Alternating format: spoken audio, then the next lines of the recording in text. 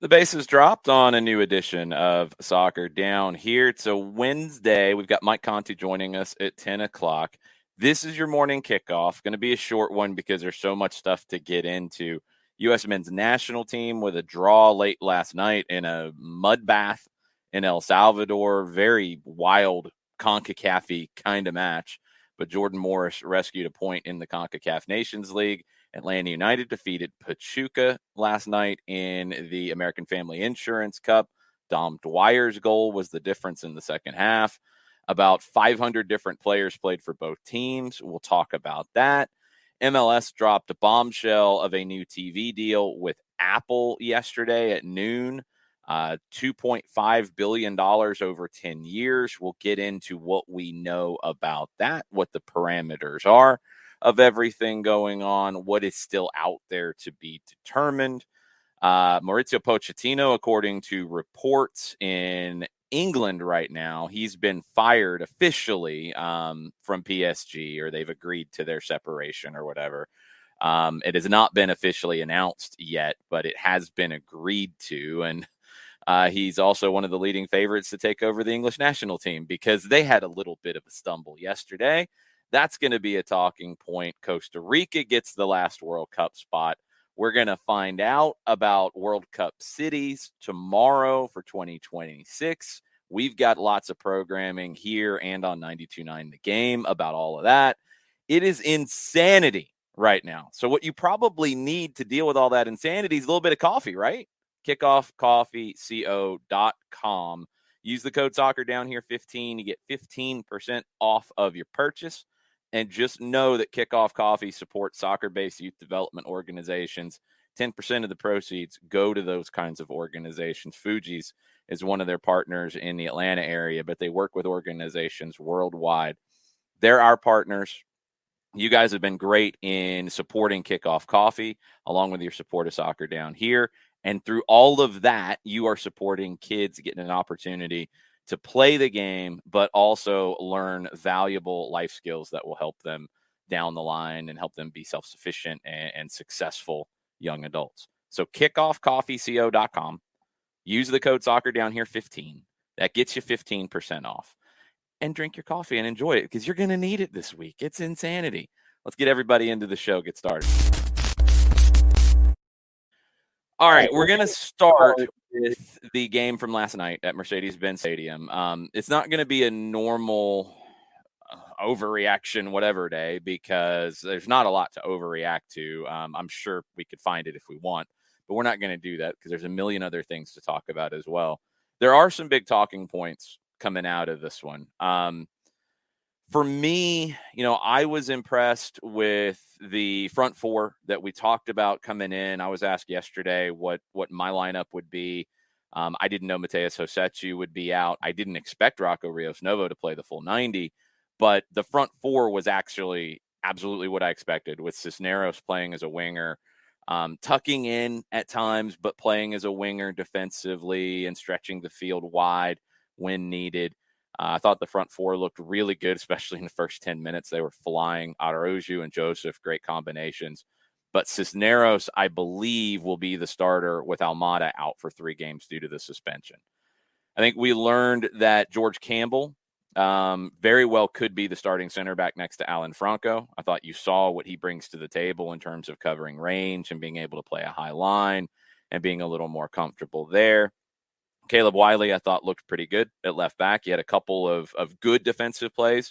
He did have a giveaway that I think he'll get talked to about that led to the second goal. He tried a little too much right there in terms of taking all the space in front of him and just getting the ball into the other half. It's a young player making a mistake. He gets punished. Got to learn from that. He's your left back right now. In the second 45, look, I think you saw some of the potential next generation. I thought Noah Cobb looked like an old pro out there, steady as ever. And Atlanta United did not give up a goal in the second 45. I thought you saw Johnny Fortune with maybe his best performance in an Atlanta United shirt. And Atlanta United 2 would be included in that. I thought he was outstanding in this, and he has an assist on the match winner to Dom Dwyer, who just continues to get the job done. For all of the talk about, and this was a talking point for a long time, about backup striker, you got Dom Dwyer and Ronaldo Cisneros scoring goals, both of them in bunches this season. I hope that part is loud about the reaction to getting that part addressed, because it has been really impressive to get those two guys. Dwyer, look, a lot of people didn't expect him to bring anything to the table this year. I think he's brought stuff to the table on the field and off the field. I think he's been a great addition to the locker room. And Cisneros, you go out and you can get him on loan knowing that he can fit the system, and the work rate that Ronaldo Cisneros has brought into this team has been outstanding. So backup striker definitely covered, a lot of depth covered, and you got to see some of the next generation last night. Let's start with you, Jarrett. What are your takeaways from last night against Pachuca? You hit on one of them, which was AJ Fortune picked a hell of a time to have that game. He did in front of a big crowd. Looked comfortable. He did, and I get it, man. It's a friendly. It's the AmFam Cup. It is what it is. Like it's not CONCACAF Champions League. It's not a MLS League match. But still, it was a situation where you had these guys and you gave them an opportunity of, hey, here's 45 minutes in the big building with 20,000+ people in the building. Go show me what you can do. I was really impressed with the Johnny Fortune and what he was able to do. He was the biggest surprise to me. Yeah, that's a good way to put it. And I said it on the broadcast, and we talked about this last year when Fortune got red carded in Memphis, and I didn't know if we'd see a Johnny Fortune again after that. He was an academy player at that point. It was a really bad mistake, put the team in a bad hole. They end up losing that late. He played his way back into a pro contract. And the thing about a Johnny, and this is something, if you've got a young player at home or you know somebody with a young player, something that they always have to keep in mind. A Johnny's got to improve his consistency. I think if he can get to where instead of having a game that's rated as a 9 and then 2 4s back to back, or 2 7s and then a 3, if he can get to where he's very consistent, he'll make it. But the thing that's going to give him that opportunity to get consistent is he never stops working. He just never stops working. He covers so much ground. He was relentless. There was one sequence where he's stepping up to pressure and he steps to the first guy. They play it like slightly to the diagonal back right. He steps to that guy. They play it back again. He steps to that guy. He's defending 3 guys in 30 seconds and forcing the ball back into their own half by himself. Like that kind of work will get you opportunities to figure it out. So it's funny you mentioned this because last time I was at a Twos game when I didn't have a COVID scare, I got to talk to Robbie Mertz about that work in the midfield because Atlanta United 2, look, we know that team is young. They're hella young in the midfield, and they have been. Even going back to last year when Will Riley really came into his own before he went off to Stanford. But now you have 2 teenagers who are often shaking things up in the midfield next to Robbie Mertz at any given time. He talked about, last time we talked to him, about the growth in guys like Fortune in not just their ability to impact the game with goals and assists, but learning how to impact the game in ways that don't show up on the stat sheet. Yep. Making the unselfish run, freeing up space, finding that half space just to be an outlet for somebody, providing that pressure, pressuring 3 guys and keeping a team from building an attack. Just those little things that he said, he mentioned that Fortune's one of those guys that it's getting better and better, and they're getting more comfortable, and it's becoming more of a second nature thing for them to make those moves. Because, yeah, I don't know how you guys feel. Like, I spend enough time in a different capacity than you and John do at Fifth Third Bank Stadium and following the second team, that there is like this sense of, I'm excited for people to see this. I'm excited for people to see Highmar. Wasn't sure what he would give in limited minutes, but it was that excitement of, if y'all haven't been watching the Twos, here are some guys you can watch because they're really fun. They're good. They're young. And it's very impressive in hearing a guy like Mertz, who Coco, I think, or no, Byrne mentioned wishing he could have seen Mertz last night. But Mertz being a mentor to those guys has really been valuable. It's why you have guys like that in the Twos team. We talked about it with Loudon and how when you have only mentors, it's not good. You've got to mix and match. And Robbie, and previous to Robbie, it was Jack Metcalf, guys who bring that willingness. Atlanta legend Tyler Ruthven, baby. Well, he wasn't here for all that long, so I don't know if I'm going to include him as a mentor. Now he's scouting the next generation. But no, it's a very specific role in the midfield because you're going to bring young guys through. So Metcalf and Mertz play an important role. And both of those guys are also right there on the borderline of being able to make the jump up if you have an injury crisis and you have to do that. You got to think in both terms. Johnny's played 42 games now with Atlanta United, 25 starts over 3 seasons. He's 19. Does he make it to MLS with Atlanta United? I don't know. I'm not 100% sure, but performances like last night and the work that he put in are going to give him the opportunity to make a living in this game. And that's coming from the Atlanta United Academy. And it might be in Atlanta that he gets to make that opportunity. I don't also, oh, sorry. I want to also, go ahead. Yeah. I mean, as we're talking about him, I don't want to forget, he didn't play last night, but if you were going to a Tuesday game, Brendan Lamb's in a similar boat. He's just out on a second-team contract, but he's younger. He's behind Fortune in terms of age. So he is, and he's in that same boat that Mertz talked about of these guys learning as a midfielder how to do the dirty work, how to do the non-glamorous stuff, and impact the game. And man, play the right way is such a connotation with a lot of people in different sports, but to play the right way. In Atlanta, the right way has some very specific things to it. And you're seeing that come through these young guys really clearly. What else stood out to you, John? What are your talking points coming out of last night? Well, I'm going to stick with the second 45 and, being able to ask Gonzalo Pineda after the match about at the back on the right-hand side in the second 45, you're starting Noah Cobb and Aiden McFadden. And they were fairly comfortable with what they were doing there last night. Yeah, I didn't mention Aiden yet. I thought Aiden was really good in this. For somebody who was a forward in college to turn into what he has as a good defender, playing as in a 3 here lately with the Twos as a third center back and being able to handle that. He got forward well. He looked good on the ball. Yeah, McFadden was put in a really professional shift last night. And asking about Cobb and McFadden on the right. We talked about a Johnny Fortune, and then having Coach Pineda talking about how for him it was great to see. And he rattled off easily a half a dozen names in about 30 seconds with Noah and Aiden and a Johnny Fortune. He dropped Heimar's name. And, the longer discussion at the beginning about Rocco Rios Nova, since he hadn't had the chance to see him to get a good book on Rocco.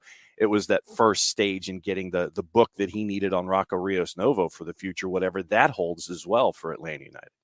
Yeah, Rocco was good. I think you got a little bit of a sense of just the difference in comfort level with the ball at his feet. And I've said this, I think Bobby has surpassed my expectations in goal, in possession. He has not given the ball away. But I think you see how comfortable players are playing Rocco versus Shuttleworth. And that helps. It helps a lot in the build-up phases. It's very important. It just makes things a little smoother. It gets you out of your own half a little smoother. Rocco was not at fault on either of the goals, in my opinion. The corner is much more on the lines of well delivered by Pachuca as opposed to mistakes. It wasn't like the goal against Columbus where I felt like Rocco could have come for it. He couldn't get to it. It's at the near post, and he can't levitate through 5 people. If there's any mistake on the first goal, it's Joseph allowing Cabral to get behind him in that zone. Ibarra tried to come all the way across to get there. He couldn't close the gap. And maybe Rocco needed to yell at that point and make sure Joseph knows somebody's coming behind him. He's got to take a step back. Franco can't come for it because he's got somebody right next to him. It's a great delivery. I mean, it's like just perfect. That's going to happen. Second goal's not on Rocco. I mentioned it. I think Wiley could have kept things simple and went up the field with it, and that forced some issues in the middle. Ibarra, I thought he was fouled. It wasn't egregious, but I thought it was a foul. It's turned over and it's put in the back of the net eventually after a big save from Rocco to keep things moving along.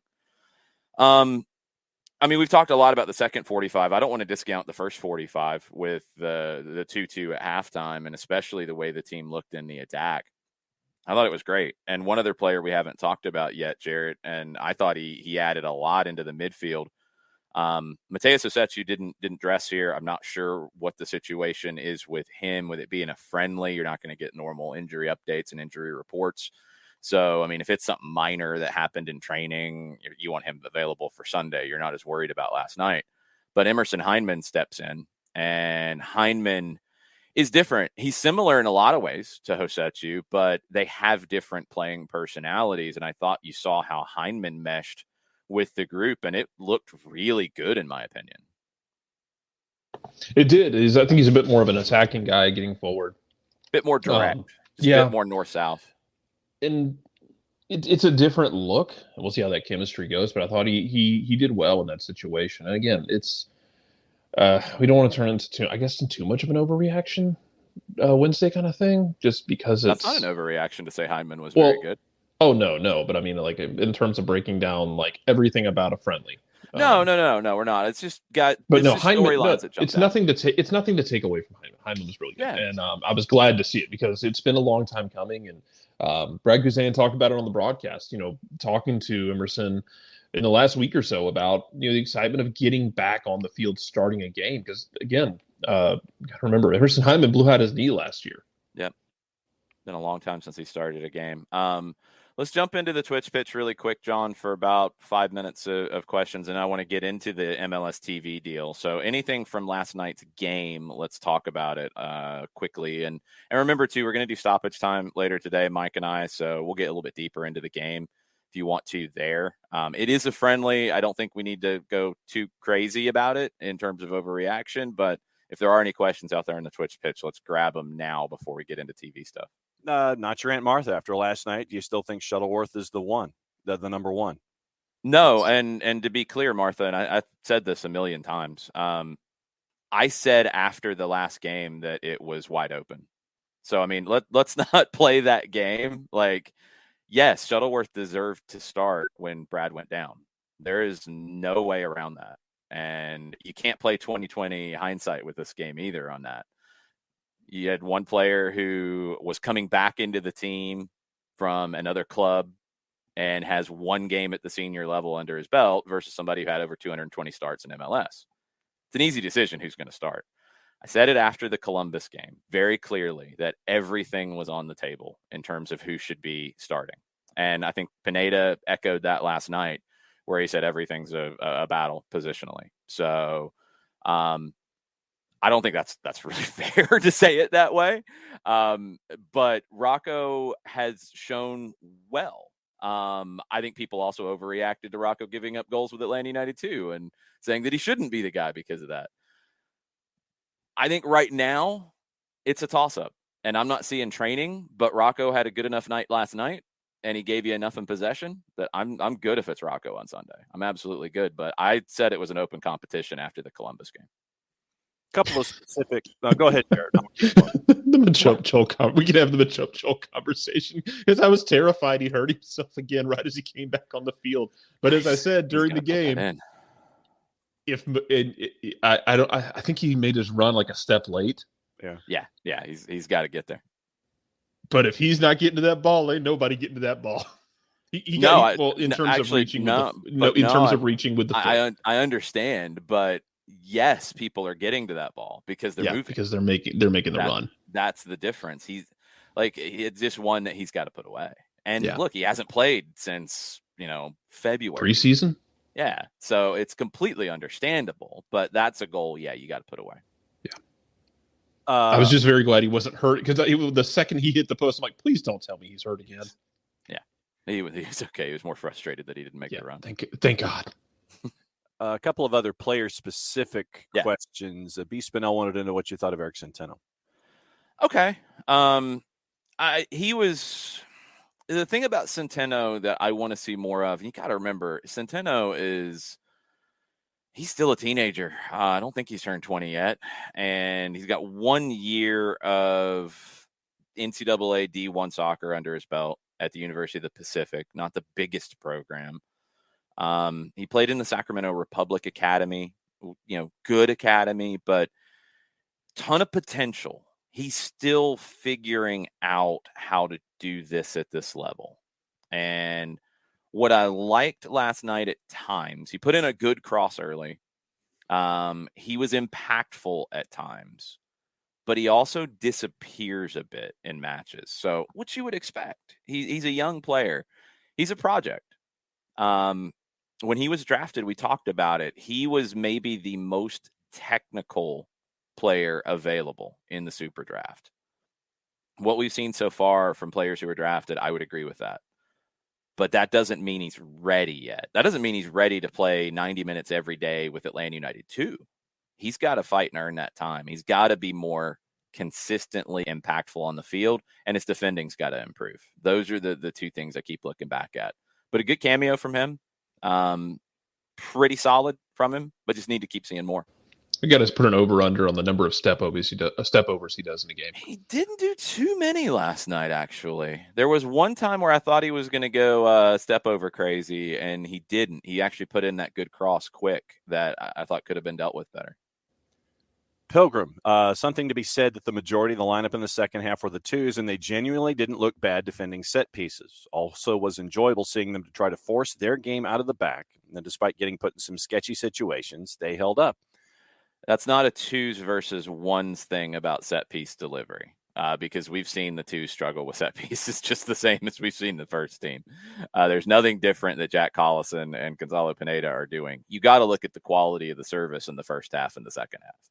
Actually, look at the quality of the service in the goal versus the rest of the game. It's completely different.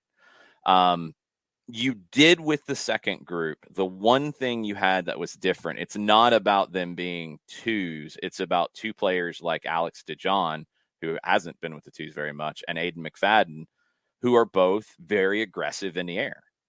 They're going to go attack the ball. That's the way that they play. That can be bad sometimes when they're overly aggressive and they miss and then somebody's wide open. That happens too. But they have a different personality in the air, and that helps you a little bit. But the service was not nearly as good later. To me, the big talking point along those lines, not set piece related, but just twos and ones and all that, is how consistent they looked in the way that they wanted to play from minute 1 to 90. Was it as sharp with the second group? No. You had young players who maybe needed an extra touch, maybe needed an extra second to get their head up. But they wanted to play the exact same way as the first group did. And that was impressive. That was very impressive. Katie Weaver in our Machope Chol discussion. So glad to see Machope out there. Will he be a lock in the 18s when he's healthy, or is there twos minutes incoming? I think he needs twos minutes. I thought he looked rusty. He needs twos minutes. I don't know if he's a lock in the 18 at all right now. I think he's got to play and have an impact in games. We saw him do that early last year, and then it faded away as he wasn't playing very much.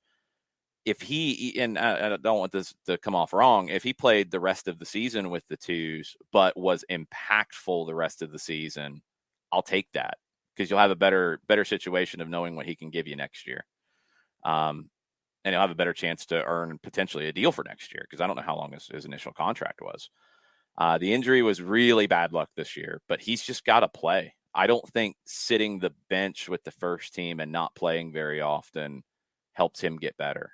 I think you're better off at least giving him a good month with the twos and consistency.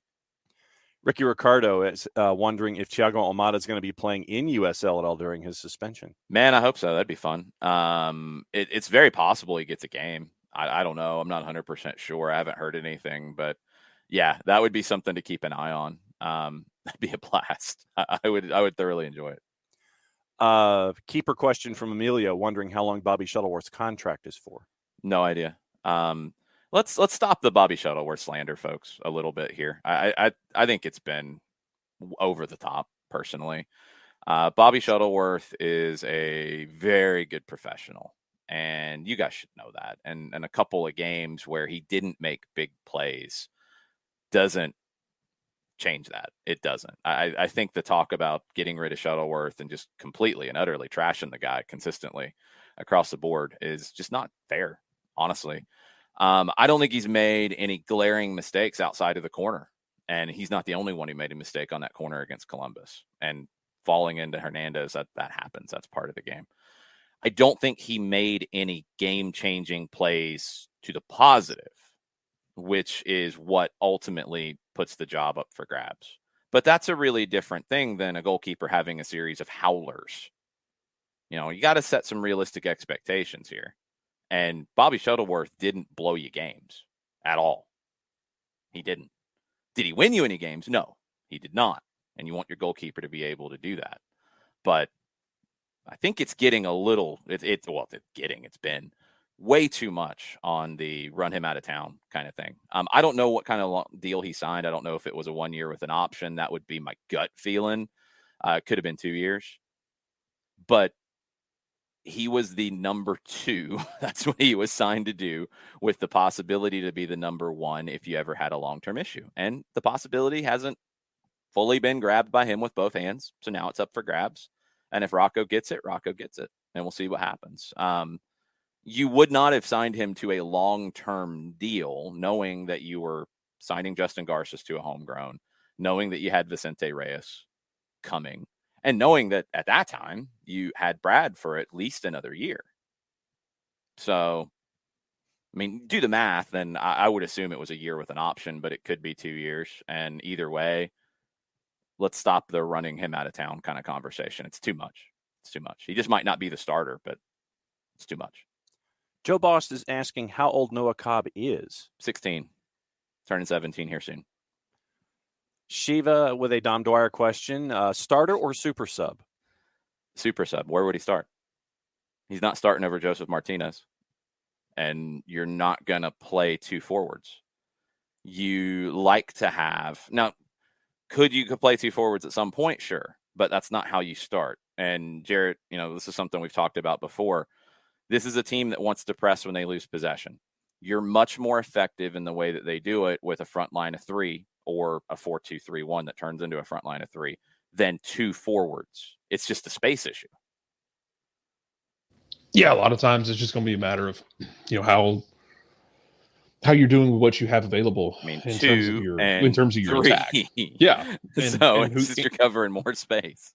Yeah, and who you're going to have available. Like, Diego Amato's not going to be available for a couple of games now. It doesn't mean Dom Dwyer is going to start upside Joseph or, however you want to do it. No. The point I'm making, Jared, the point I'm making is going back to things Tata Martino said in the past about the way they would press.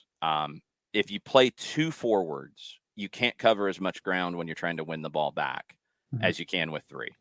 If you have Cisneros or whoever on one flank, you have Araujo on the other, you have Joseph in the middle, you can cover more ground in your press and be more effective as opposed to 2. And the press is a big part of what they do when the ball turns over. It is a big element of Atlanta's play style.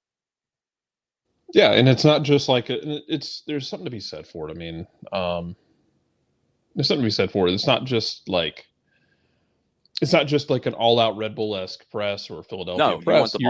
You want the ball, but you're also you're funneling the ball, and then you're triggering, and then you're turning it over, and you're taking the ball, you're possessing it, you're going forward doing that. So it's all designed to getting the ball back. Yes. The difference between the two is Red Bulls and Philly just bomb it forward. They don't want the ball. They'll create their chances off of a turnover as opposed to having the ball. What Atlanta does, what Barcelona did, what City does, they press to win the ball back. And if an opportunity immediately happens, great. If it doesn't, you'd have possession back. It's a different mentality, but it is a factor. So when you're thinking about how you play, if you play 2 up top, you're not able to win the ball back as effectively. And I don't think you're a better team. I think Cisneros gives you a little bit of the hybrid. When a backup has a good performance, that doesn't make them an automatic starter. And Dom Dwyer was brought here to be a backup, and he's a backup, and he's a great backup. And that's what he is right now. If he starts sometimes, okay, but I don't think you change the tactics to do that. If Joseph needs a day off and Dom starts, then Dom starts. Two more quick ones. Yep. Shiva says, really hope we can keep this attack next year. How long is Luis Aruju's contract with Atlanta United? Long term. I don't know how many years, but it was long term. They didn't sign him for just a year or two. And then Jarrett, folks have been commenting about Brad Gazan, color commentator, and how they liked seeing that with Kevin Egan last night. What did you think of Brad's work? I thought he was pretty solid. It's tough, man. Like we've all done this before. It's easier said than done getting in the booth. It's hard to find your chemistry working with somebody, and you're a lot of times, if you're inexperienced, you might be leaning on somebody like Kevin Egan, who can kind of help shepherd you through it. Thought he had good points though, and I thought they worked well together. And the fact that you've seen this at times when you put people in the booth is you don't want to dominate it, and then sometimes you can go too far in the other direction where you almost have to kind of get dragged into it. So it helps to have somebody there who can ask the really good open-ended leading question, where you can ask a simple question to Brad Guzan, and then he's able to spend another minute expanding on it and providing, good detail and good analysis from someone who's been in that moment. And that's and it was fun. And when I was in the bowels, for lack of a better word, of Mercedes-Benz last we got to night. come up with a better term for Mercedes-Benz. Yeah, please. The inside tunnel just outside of the locker room. Thank you. Okay, that's better. I'm more comfortable now. Downstairs works. Anything. Outside of, I think it was the Delta 365 last night. Anything. But everything is better than that, please. In the tunnel just outside the locker room last night. There you go. It was fun to see after the match, Brad, who had loosened his tie, and he's still wearing his suit. He loosened his tie, but he was still absolutely jazzed from the experience last night. He was down there with Jillian and Kevin, and they were all just kind of decompressing a little bit. But you could see how much fun Brad had, and it was still translating down in the tunnel after the match last night. So it was fun to see that smile on his face too. I'm glad to hear that though, because it should be fun. And I'm glad to hear that it seemed like he had fun with it, because calling games is fun, and I'm glad it seemed to be an enjoyable experience. You should have fun with it. Yeah, I thought he was going to knock Kevin out of the booth in the video that I saw. And y'all, Brad, in case y'all have never stood next to him, Brad's a very large human being. He's a big boy. Yeah, Brad is. If Brad hits you, you're going to stay hit. Yeah. Which ask Escobar about that. There's that. He probably still has nightmares about it. Okay. Speaking of TV, let's get into the announcement from yesterday. Yeah, I try, man. That's what I do. I have done this for a little while. It's an interesting announcement because the talk from the people in the know had went back and forth about Apple. They're in, they're out. They're in, they're out. They want this. They don't want this. Nobody had any idea this was coming yesterday, and for the amount that it was coming for.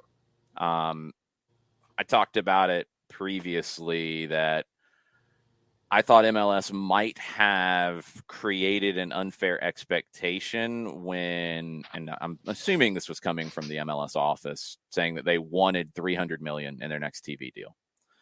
I thought that was just a huge number, and people were going to use it and weaponize it against them if they didn't get it.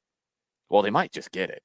Now, they are going to have to pay their production costs, and that is one thing to keep in mind, and that is what the naysayers are pointing out everywhere you go. Because that's how we do this, right? At this point, anything that has, anything resembling good news, we have to have the counterpoints to it, because that's how things happen at this stage. $250 million a year minimum from Apple in this deal over 10 years. That's a good thing. Is it the greatest thing in the history of things? Maybe not. Is it a longer term deal than I thought they would do? Yes. But I wasn't expecting that level of a baseline either in a longer term deal. It's very different. You're not going to have local TV as part of it. That's going to be very interesting to see what happens with talent, people that I know, what happens next.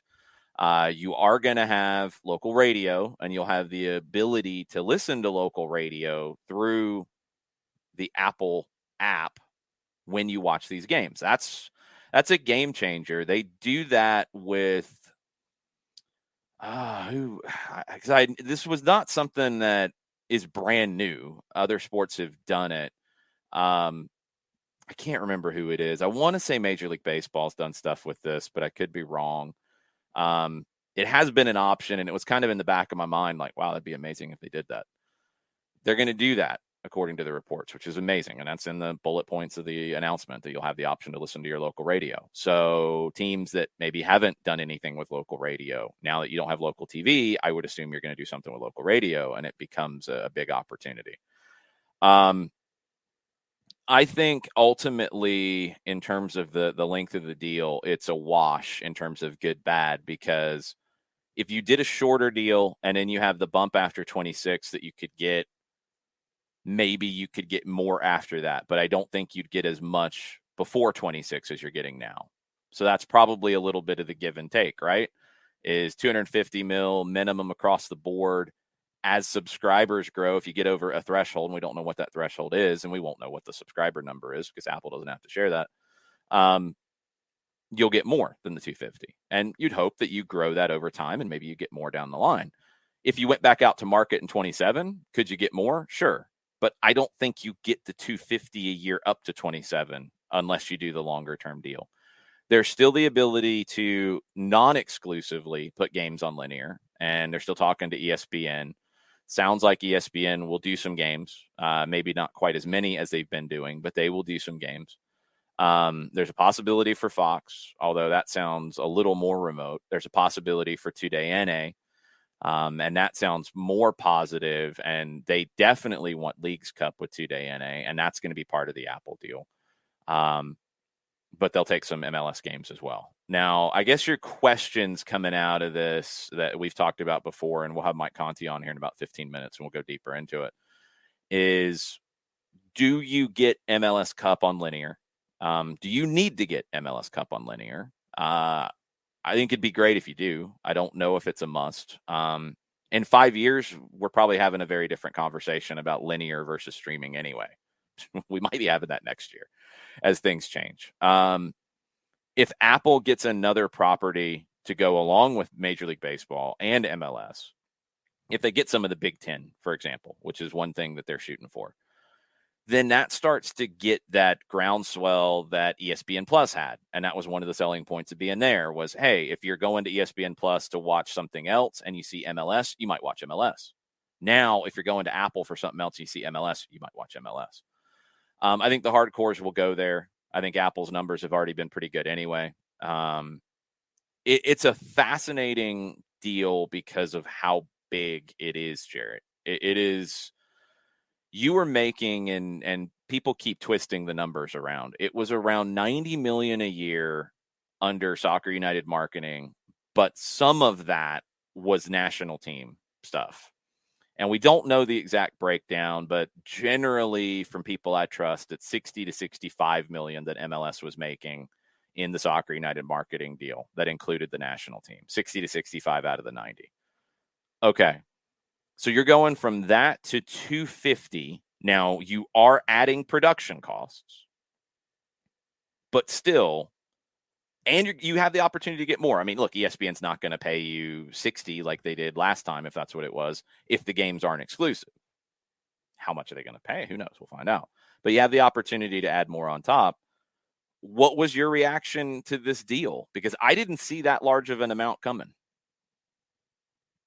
Yeah, I didn't either. And I think it's one of those things that I didn't see it coming, but it's also when you drop news like this out of nowhere, it hits harder on people, and the reactions I think are a bit stronger one way or another. It's not like you had it leaked for a day or two that, MLS going to announce a TV deal tomorrow, guys. Get ready. We don't know the exact details, but they could be coming. I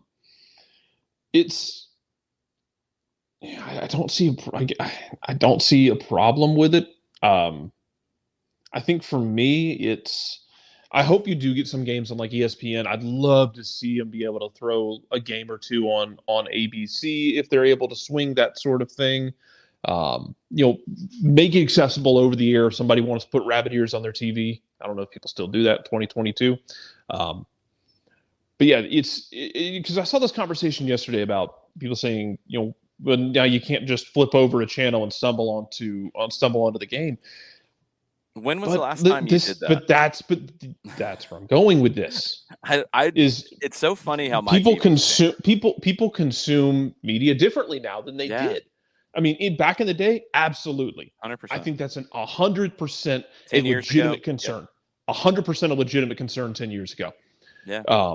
Because you want to be there where people are flipping through channels, but people don't do that anymore. I mean, I know I'm one of them, but I know other people who don't have a cable package. Like we run everything off of Roku. But I have a cable package, Jared. I'm 45 and I have a cable package, and I grew up flipping channels, and I grew up knowing the TV guide and where to scroll through and where my sports were going to be. And now, and for the last probably 3, 4, maybe 5 years, I know what I want to watch. I know where I'm going to go watch it, and I go watch it. I don't just scroll through to see, what's on. Let's find something. I don't do that anymore. And no. Well, I don't know what the numbers are of that, but I think it has absolutely changed. Yeah, the way we consume has changed. Where people can pull it up on their phone. You can pull up on your phone and watch pretty much. You can watch 4, 5, 6 times the amount of content on your phone that you used to be able to when you were a kid and you went home and turned on TV. It's been consumed differently, and this puts it on a platform that Apple already is. And I know people have their opinions about Apple versus Android and all that. That's fine. I have had my opinions. Yes. Yeah, I know. You've told me them when I showed up at Soccer in the Streets with a MacBook. I have. I've been a big Android fan, a big Google fan. I am too. I don't care either way. I have an iPhone, but I don't care either way. Right, exactly. But you have made it accessible to people, and I love the little caveat about season tickets. Accessible. That's great. That if you're going to charge extra for this, hey, you got season tickets, you don't owe a thing. You can watch every game if you want to. I mean, what's probably going to end up happening is if they'll do like they do with ESPN. With ESPN Plus, because I know some people in the Discord have talked about it. If y'all give me a quad box and let me watch 4 games at once, that's probably dangerous for the health of my life. Well, they are going to have the whip around show on Saturdays. And that was a big talking point, which is very cool. And they're going to have consistent scheduling for the most part. Of course, you're going to have, if ESPN comes in and they're going to throw a game on ABC, sure, you might put it on Sunday afternoon. But in general, you're going to have games on Wednesdays, and you're going to have games Saturday night, 7 or 8 local time. Yeah. Okay, cool. I know when to tune in. Thank you, Johannes. I knew I wasn't going crazy that MLB had the radio option on MLB TV. I knew it was there. And the MegaCast. It's great. Yeah, and I'm glad. Obviously, I'm glad that they included that in this deal, obviously. But I can tell you from the MLB side, I love being able to do that, because that's what I did last year during the World Series, like in the final innings. In the last 3 or 4 innings, I turned on the game, and then I don't want to find I'm not going to find a radio in my house. It's 2021 at that point. I pulled up my phone, pulled out MLB, and pulled up the radio call to listen to it. It was great. And I love that you're going to have that option to sync it up. Yeah, well, hopefully sync it up right time wise. I would hope so. That's going to be very, very cool. What else about this TV deal jumped out to you, John? The whip around show was first and foremost. The idea that Apple and MLS are having the commitment to storytelling aspects, where you're going to have the idea of, if a particular player, I think the example was from 80Q at Apple, where if there's a particular player that comes in from, say, Colombia or something like that, and you don't know a whole lot about him, that the resources were going to be there for MLS and Apple to tell the story of this particular player. But then what they could do is they can segment it to different sections of Apple TV that might apply to the particular story.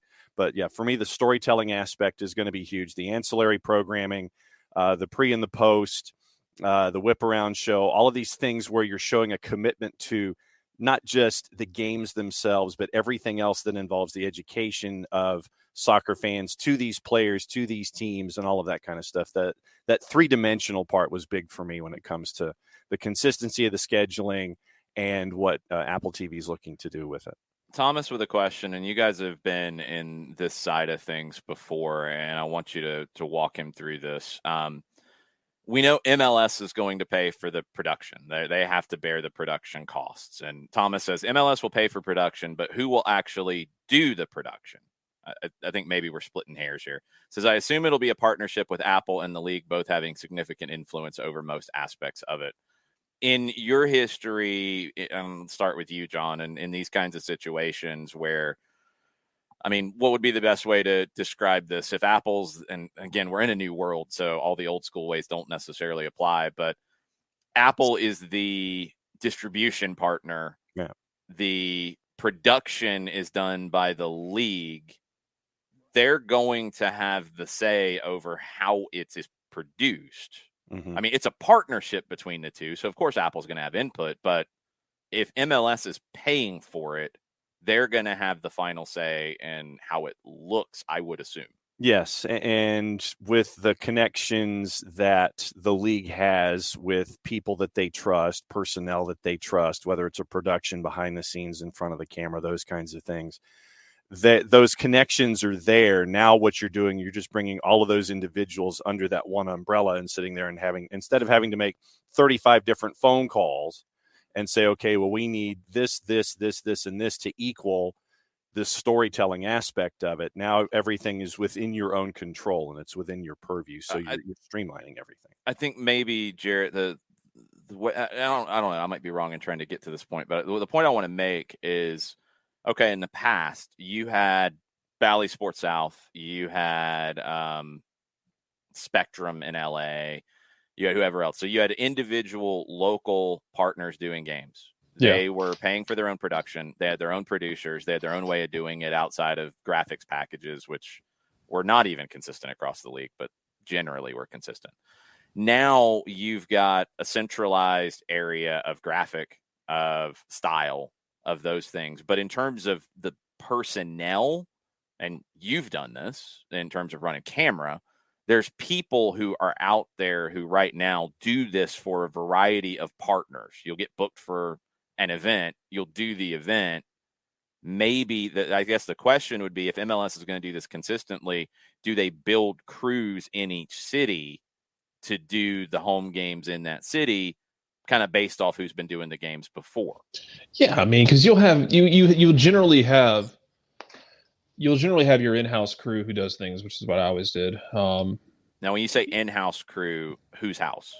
So Mercedes-Benz house. You're talking stadium house. I'm talking about, you'll have that crew, but then a lot of times you'll have your network crew as well. Yes. I would assume they would just staff it separately because there are enough very good operators in this city, and not just camera, but people who can run 3-play, people who can do graphics. You've got more than enough directors.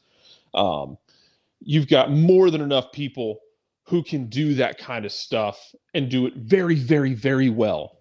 And you don't have to necessarily just start moving them around the country unless you just really want to and you get a wild hair and that sort of thing. You get enough to just staff it up.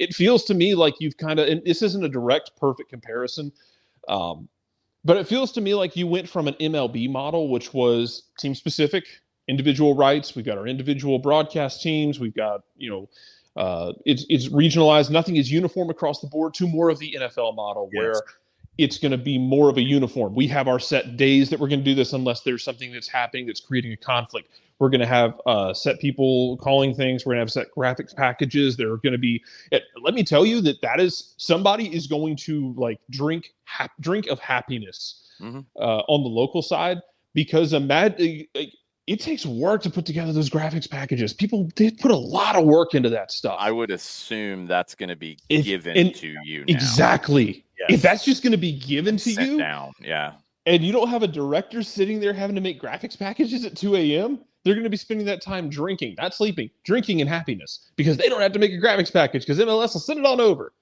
Thank God. But yeah, it feels more like you've shifted to that NFL style, which is fine.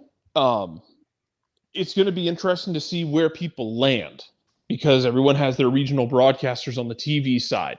What do they do? Who does MLS bring in to do the work? You know what I mean? Yeah. Like, because if you're going to be having, 15, 16 games, however many the hell teams you want to put in the league before it's all said and done, how many Jarrett turns full robot, you'll have 15 to 16 games. Yeah. Because you'll get to 32 teams, I would assume. And Jarrett was leaving at the top of the hour. See if he comes back. We'll try to bring him back in real quick. You've got, I think the question about who like literally is going to do the things. There's people out there who do this on a regular basis. I mean, when Bally staffs up for a game, you've got local people. If you're the producer, generally you've got a list of who's good camera one, who's good replay, who's good graphics, that kind of stuff. You've got your list. You go through who you want. I think with MLS doing it, that's probably where they will start, is the people who have been doing this. It would just make sense. It'd be kind of crazy to go in a different direction, but there will be more consistent top-down material given and look and feel given and style given from the league. So the broadcast in Atlanta will look like the broadcast in Seattle, will look like the broadcast in Kansas City, which is what the Premier League does, which is what, any, national, it's what the NFL does. I mean, the NFL is the best comparison here in terms of how this will go from a consistency standpoint, even though in that case, Fox and NBC and, CBS and all of them put their own spin on it. It still has a consistent feel of what it looks like. The Premier League is kind of the model that I think they're going with here, which can be good and bad. But if you have the in-between of, if you want local commentary, you can get local commentary. If you want to hear different teams, you can actually bounce around the different radio calls. But you've got the national commentary. The look should be consistent. I think you're in a good spot. I mean, the question will just be like how much production costs are for what they're going to do. With the amount of money coming in, I don't think they will do it on the cheap sheet. I would assume that they won't. That would hurt their brand. And I think now you're getting to a point, John, that you can do things production-wise a whole lot more cost-effective than you used to. And with those folks that we were talking about with the broadcasts, if you trust the local individuals to assemble those crews that have already done those games, that helps you out with your production costs, where you're not bringing folks in from one end of the country to the other into a location that could be, like I need a replay guy. And instead of having to bring him in from Seattle all the way to a match in Atlanta, you've got those folks that have already done this on a regular basis, and that will help you somewhat control your production costs with that local knowledge. And I think that'll be a part of this too. That local knowledge will help out, especially with all the other costs that you're having to infer here going into this large venture that MLS is getting into. Yeah, I mean, it's large, but you're not building the network. You're hiring people to do what other people have hired them to do. We will get into this more in just a second. But before we get Mike Conti on, John, why don't you tell us real quick about our friends over at Eliminize? I could certainly do that. QR code over my left shoulder for those of you watching on Twitch. Odor-free, clean, fresh air. One place you need to go, and it's Eliminize service. Deodorizing enclosed spaces like houses, apartments, and condos. Eliminize has created a customized solution that, guess what? It eliminizes all organic odors, including those like pet cigarettes and food. Realtors and property managers use Eliminize to eliminate bad odors to help them sell or rent their homes that much faster. It's a turnkey process that helps the relationship and helps you work with those realtors and property managers. Eliminize service, kind of the environment, very, very green way of going about things. We like that these days. Get rid of odors without any kind of toxic residue whatsoever. Different than our favorite masking agents that we have under the sink, because when you go under the sink, you take out that masking agent and you spray it in the air. That's why it's a masking agent. You're just masking the odor. You're not attacking the problem all the way down to the molecule like Eliminize service does with their proven scientific formula. Pricing very, very easy, one of two ways, either by the cubic foot or parts per million to come up with a price that's affordable for you. Results in 24 hours or less. And if you have any questions, frequently asked or otherwise, one place you need to go, it's the website. Eliminize.com, but do us a favor here at SDH. After the .com, go /Atlanta, so they know what part of the world that you are talking to them from. So your full homework assignment, ELIMINIZE.com /Atlanta, Eliminize.com /Atlanta for odor-free, clean, fresh air here on a Wall Pass Wednesday. Proud sponsors of everything, SDH.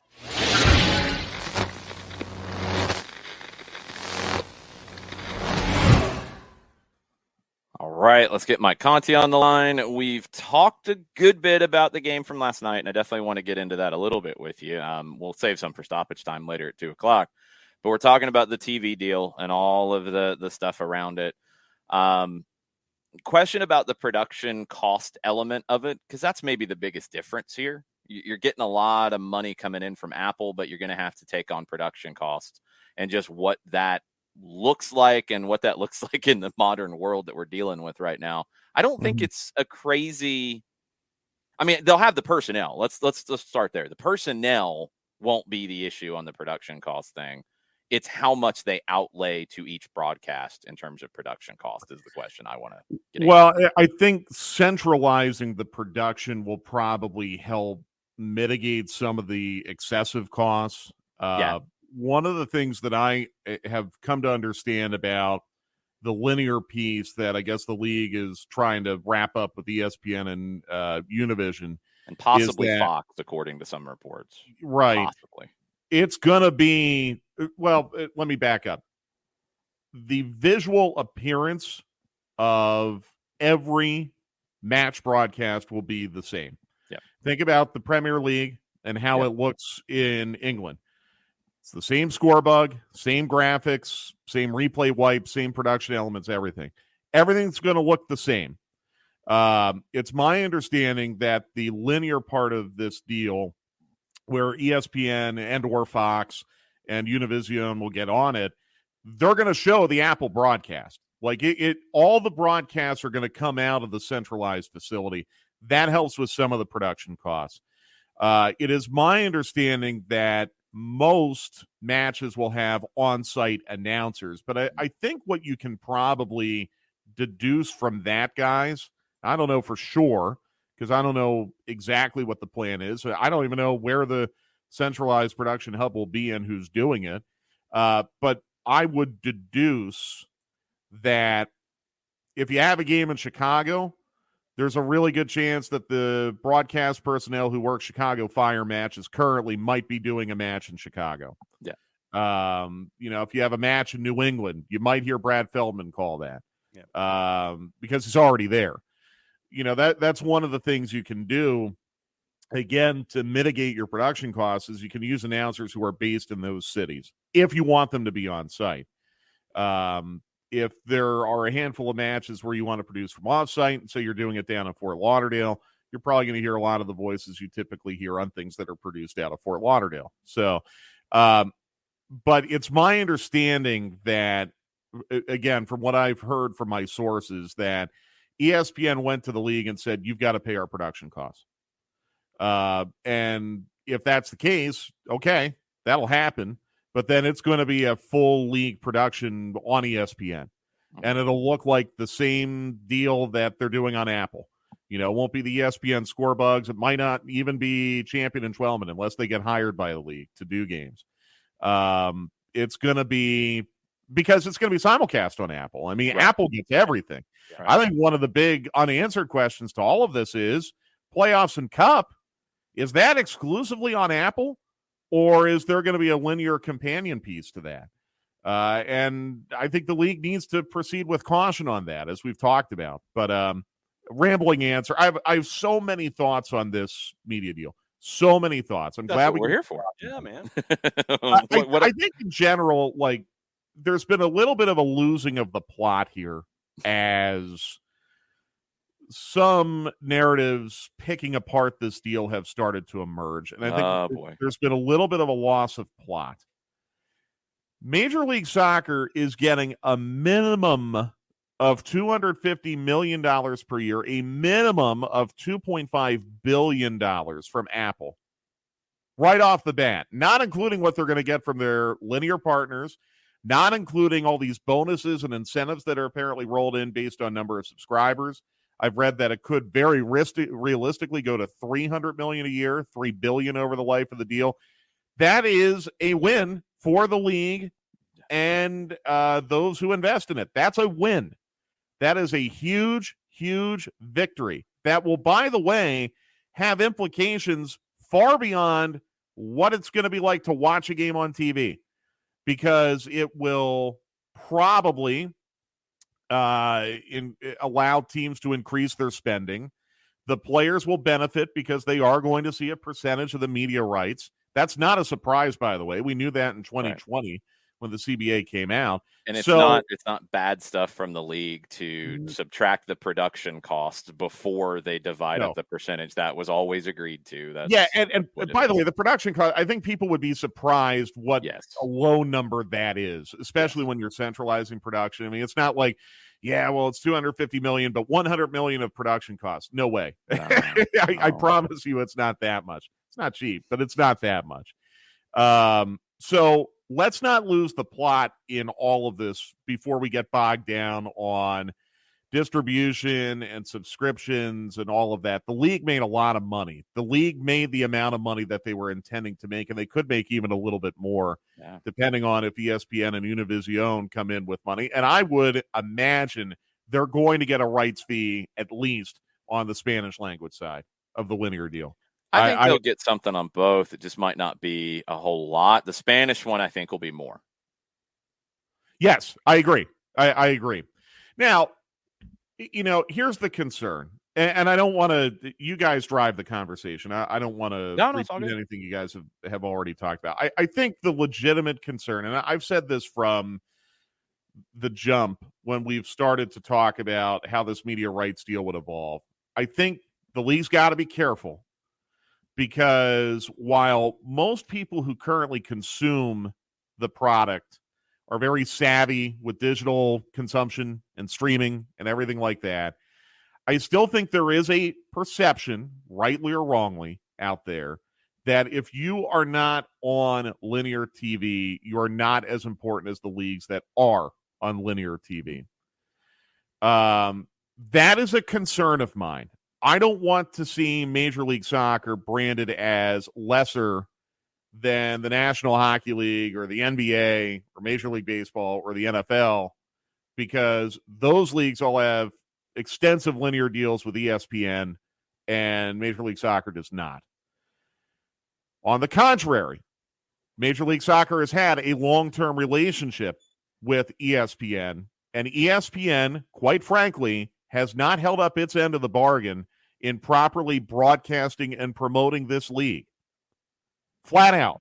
Yeah. They have not held up their end of the bargain in promotion.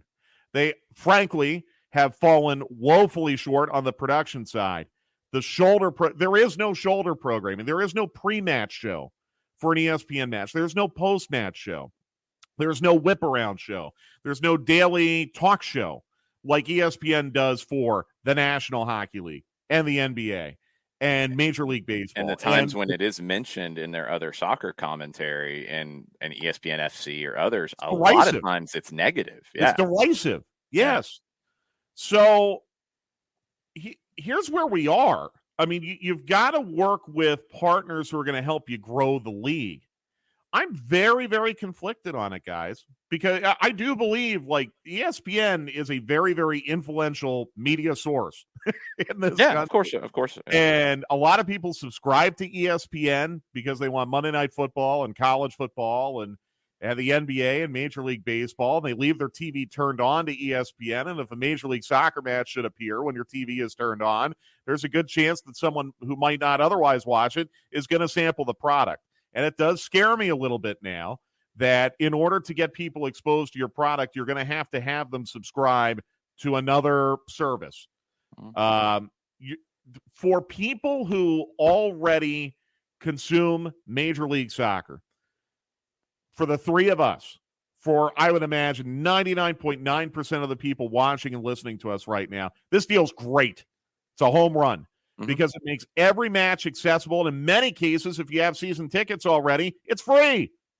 So it's a home run. But opening the door to those that you want to sample your product. That scares me. That scares me. I'm thinking, go ahead, Jason. My pushback in that would be you've been with ESPN for 27 seasons now. And how much of that benefit have you seen? Very little. And the ratings have proved that. The ratings have proved it. I think the reaction from SportsCenter hosts to other soccer pundits who cover other things. Like, I don't think they're helping. And if that's not going to change, and again, it's 27 seasons, I don't know if the benefit of being there is worth not taking this kind of a deal. I think they're ahead of the curve, because in 10 years, when this deal's up, you're going to see more deals like this than you are in the old way. You're about to see one in the next couple weeks. Yeah. That I think is going to shock people. The Big Ten, widely reportedly, is going to have a football package on Apple. Yeah. And this is where I start to feel MLS. It's great for MLS. Yeah. Because this is where I start to feel a little bit better now. If Apple really digs in to live sports, they already have Major League Baseball. Mm-hmm. Major League Soccer is now the second prong of this. If they add the Big Ten to that, okay, now you do have some casuals who are going to subscribe to the Apple Sports service. And now maybe you do get that audience overlap. Let me give you guys an example, and I'm probably showing my age a little bit. 1993, December of 1993. John, I'm sure you remember this. Jason, you probably do. I'll never forget, I'm watching ESPN in the middle of a college basketball game, and John Saunders breaks in and says, "You're never going to believe this, but the National Football League has signed a 4-year contract with Fox." Yeah. Mm-hmm. Fox at that time was Married with Children and Parker Lewis Can't Lose. And I don't even think they were doing primetime programming 5 nights a week. And it was not a full night of it. Not a full, right. I think it was 2 programs on a couple of nights, maybe one. Right. Ms. President with Madeline Kahn and all that stuff. I don't even know if they were at that point yet. I mean, I remember the Fly Girls with In Living Color and Married with Children. I watched In Living Color and 90210 and absolutely. All that. Come on. Yeah, but this was even pre-Melrose Place. And I remember the reaction was just, what is the league doing going with a air quotes, third-tier network? Well, they took a huge David Hill saw something, and he jumped on it. Well, he knew that was their way to become a first-tier network. Well, okay, right. Thank you. And here's what happened. That happened in December of 1993. John, you probably remember this. 7 months later, what happened? New York Rangers win the Stanley Cup. The next day, Fox has signed a 5-year deal with the National Hockey League. Mm-hmm. Within a year, Fox signs a deal with Major League Baseball, which includes the World Series every other year. So, Fox had to take that initial kind of dip in the water to get into live sports. And suddenly now, within the year of them signing the NFL deal, they're also in with 2 of the other big 4 leagues. You go further back, it's what ESPN did. When they got NFL, that was what made them real. Again, showing my age. Showing my age. Do you remember when ESPN was basically showing Australian rules football, and tractor pulls, and pro wrestling, and Division III college football and college soccer in different places? They were always kind of good on the college sports, I will say that. But during the week, it was bleak. Yeah, it was whatever you could find. Because leagues did not want to sign on with a cable partner at that time. If you haven't read the ESPN history out there and you're interested in this stuff because it's come up now, highly recommend it. The Jim Miller book on ESPN. I've read it a couple times. I love digging into that history. And they were basically at a point where they had maximized everything they could get their hands on and do anything with. And the NFL was the way they could actually become profitable. And this is 10 years or so into their lifespan. And it was, we have to overpay here to get it to be able to do everything else. And baseball came after the NFL because then you're legitimate. And guess what might be coming to Apple? NFL Sunday Ticket. Yeah, that's yes, exactly right. Exactly. So to your point, Jason, by the end of this 10-year deal, we could be talking about Major League Soccer being exactly in the place they need to be. It's a little bit cloudy to predict at the moment, but this might work out really well. It might also end up being a mistake. And I'm less sure it will be a mistake than it will work well.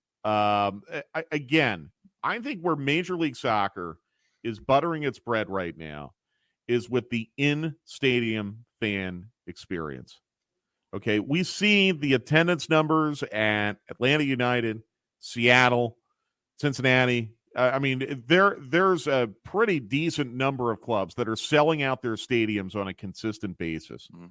That does not square with the TV rating numbers that we are seeing. Nope. Okay, so that tells me that Major League Soccer is buttering its bread with the in-stadium experience.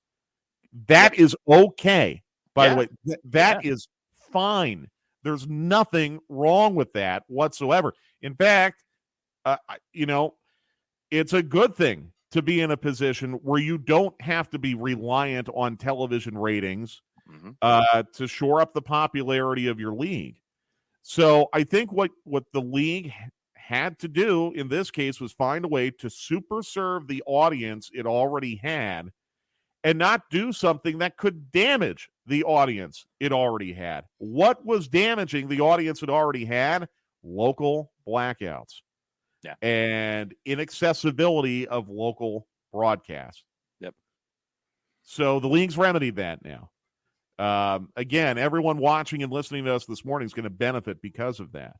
Now, I do want to add one thing really quick. Yeah, and I got one thing I want to add on top of that. Because there's another narrative out there that really bothers me. Oh, boy. And that's been a lot of negativity towards Bally. Hold that thought real quick. Let me, while we're on this topic, let me include the other element just to play off of where you're at, because I agree the in-stadium, the experience for your hardcore fans is important, because the next real area outside of player transfers, which is a different area entirely of revenue, another area of revenue that teams need to increase across the board, some teams do really well with it, some don't, is sponsorship, local sponsorship. National TV ratings aren't going to affect local sponsorship as much. Correct. The news is going to hurt you more than it's going to help you there. Packed stadiums, accessibility, and having Apple's name connected to it is going to help you sell your ad boards. It's going to help you sell your jersey sleeve sponsors. It's going to help you potentially add a back of the jersey sponsor. It's going to add all those other elements because, oh, wait a minute, Apple's attached to this. And you're selling out your stadium, and you've got a 10-year deal with Apple. Oh, okay, I want to get on board with this. That's another area where more revenue will increase from it, in my opinion. No, I agree. Now, I want to go back to the Bally thing please. For a second, because I think there's a narrative emerging that Bally has done more harm than good. And I disagree with that. I want to go back to 2017, 2018. Now, this was before things got weird with the regional sports networks being available over certain streaming services. Let me be clear on that. Still Fox, right? Yeah. Right. It was still Fox. The sale of the RSNs and getting sold twice. Still owned by Fox at that when stage. they were owned by Fox, and they were available on pretty much every streaming service. Right. I think Atlanta United has a lot to owe to those broadcasts in 2017 and 2018 for growing their regional footprint as a new club. Having those matches on linear TV all over Georgia, Alabama, Tennessee, North Carolina, South Carolina, very, very critical to Atlanta United growing their brand. It's unfortunate that when ownership changed to the regional sports network, that they couldn't work out deals with the streaming providers, and that made the matches less accessible. But look, I spent the week on Hilton Head last week. If Atlanta United was playing last week, I could have watched the game because the place where I was staying had cable. And so while I understand what the league is doing with Apple, and while I think that many consumers are savvy enough to understand how to use a smart box, I do think maybe there should be consideration to some sub-licensing where if there is a club that has a willing local TV partner, maybe that regional TV partner could work out a sub-licensing deal where you could get games on linear locally. On a non-exclusive basis. On a non-exclusive basis. Yeah. I think everyone wins then, right? Yeah, 100%. I mean, okay, you subscribe to Apple, you get it there. If you happen to live outside of Metro Atlanta, or well, really anywhere, and you have cable, and you want to watch it on channel 34, you can do it there too. Some team like Cincinnati, Charlotte, they have some pretty good local TV packages going right now on over the air, not even on cable, rabbit ears antenna. If I were the owner of those clubs, I would be wanting to keep that relationship going in some way, because I do think there is value to having a regional TV partner. And I just think some of the commentary about Bally has been unfortunate, because I think pre-Bally, Fox Sports South, Southeast had a really, really important role in establishing Atlanta United as a credible local brand and expanding it. Yeah, totally agree. And that stuff changed outside of the club's control. And Atlanta's not the only one that has had the difficulties with it. Minnesota's had problems with it. I think Columbus has had problems. Kansas City. City. And even LA Galaxy in a different way. It wasn't a Bally thing; it was Spectrum. Yeah, right. LA. And there's still a lot of complaints about the Dodgers and Lakers and their availability just on Spectrum. Chicago had this problem with the Cubs. Yeah. When they created Marquee and went away from WGN. So you're right, Jason. This is not a problem unique to Atlanta United. What I want to see is these matches available in as many places as possible. Do the partnership. If somebody comes in locally and wants to, knowing that it's not going to be exclusive, that it'll be on Apple as well, and they want to pay to sub-license, then do the partnership with Apple and MLS in terms of where the money goes, and have it sub-licensed if somebody wants to pay for it. And here's what stands out to me. Bart said he thought in this deal there was room for a sub-licensing. I'm going to defer to Bart on that. I don't know. Nationally, there is. We don't, because essentially it's the same thing. It's just it's a national partner as opposed to a local, because it's the same. It's sub-licensed because Apple's got everything. It's not going to go away from Apple. Right. I don't think it's even been discussed, Bart, about the potential for a local sub-license. But if you're going to do a national. And again, if somebody wants to pay for it, not giving it away, you're not paying somebody to put it on. If somebody wants to pay for it, okay. I don't have a problem with that. Here's the thing. It strikes me that in this deal, there is a good faith effort by Apple to not restrict or limit the number of platforms with which these matches will be available. Yep. You know why I say that? And it's selfish. They're going to let us keep going on radio. And I'll be honest, I was nervous about that. And the reason why is when U.S. Soccer did that deal with ESPN Plus for the Open Cup, initially radio was locked out. And in fact, in the existing media rights deal, technically there's a lockout for local radio to do Cup. New York City and Portland almost didn't get to do radio for MLS Cup this year. It wasn't until there was a huge consumer outrage where they kind of called off the dogs. So the fact that Apple is going to not only allow but embrace local radio in this deal leads me to believe that Apple will be willing to embrace being able to put its product on different platforms. Why would you turn down money, Mike? I mean... Well, the ESPN argument with Open Cup was, if you make it available on radio, fewer people will stream because they can just hear it on the radio. I don't know. I mean, I try to paint a visual picture, but there is really no substitute to actually being able to watch the match as opposed to listen to Jason and I describe it. So there's a difference, and I think there's a difference in how people like to consume product. I like sports on the radio. I always have. I still listen to sports on the radio. I love when I can sync it up and have the picture too. But if I can't get that done, I will listen to Steve Holman and you call a Hawks game plenty of times during a season because I enjoy it. I'll listen to Scott Howard do a UGA game because I enjoy it. I think the biggest difference in what you just said, which is absolutely true, the biggest difference is the partner and how they see working in a partnership with Major League Soccer.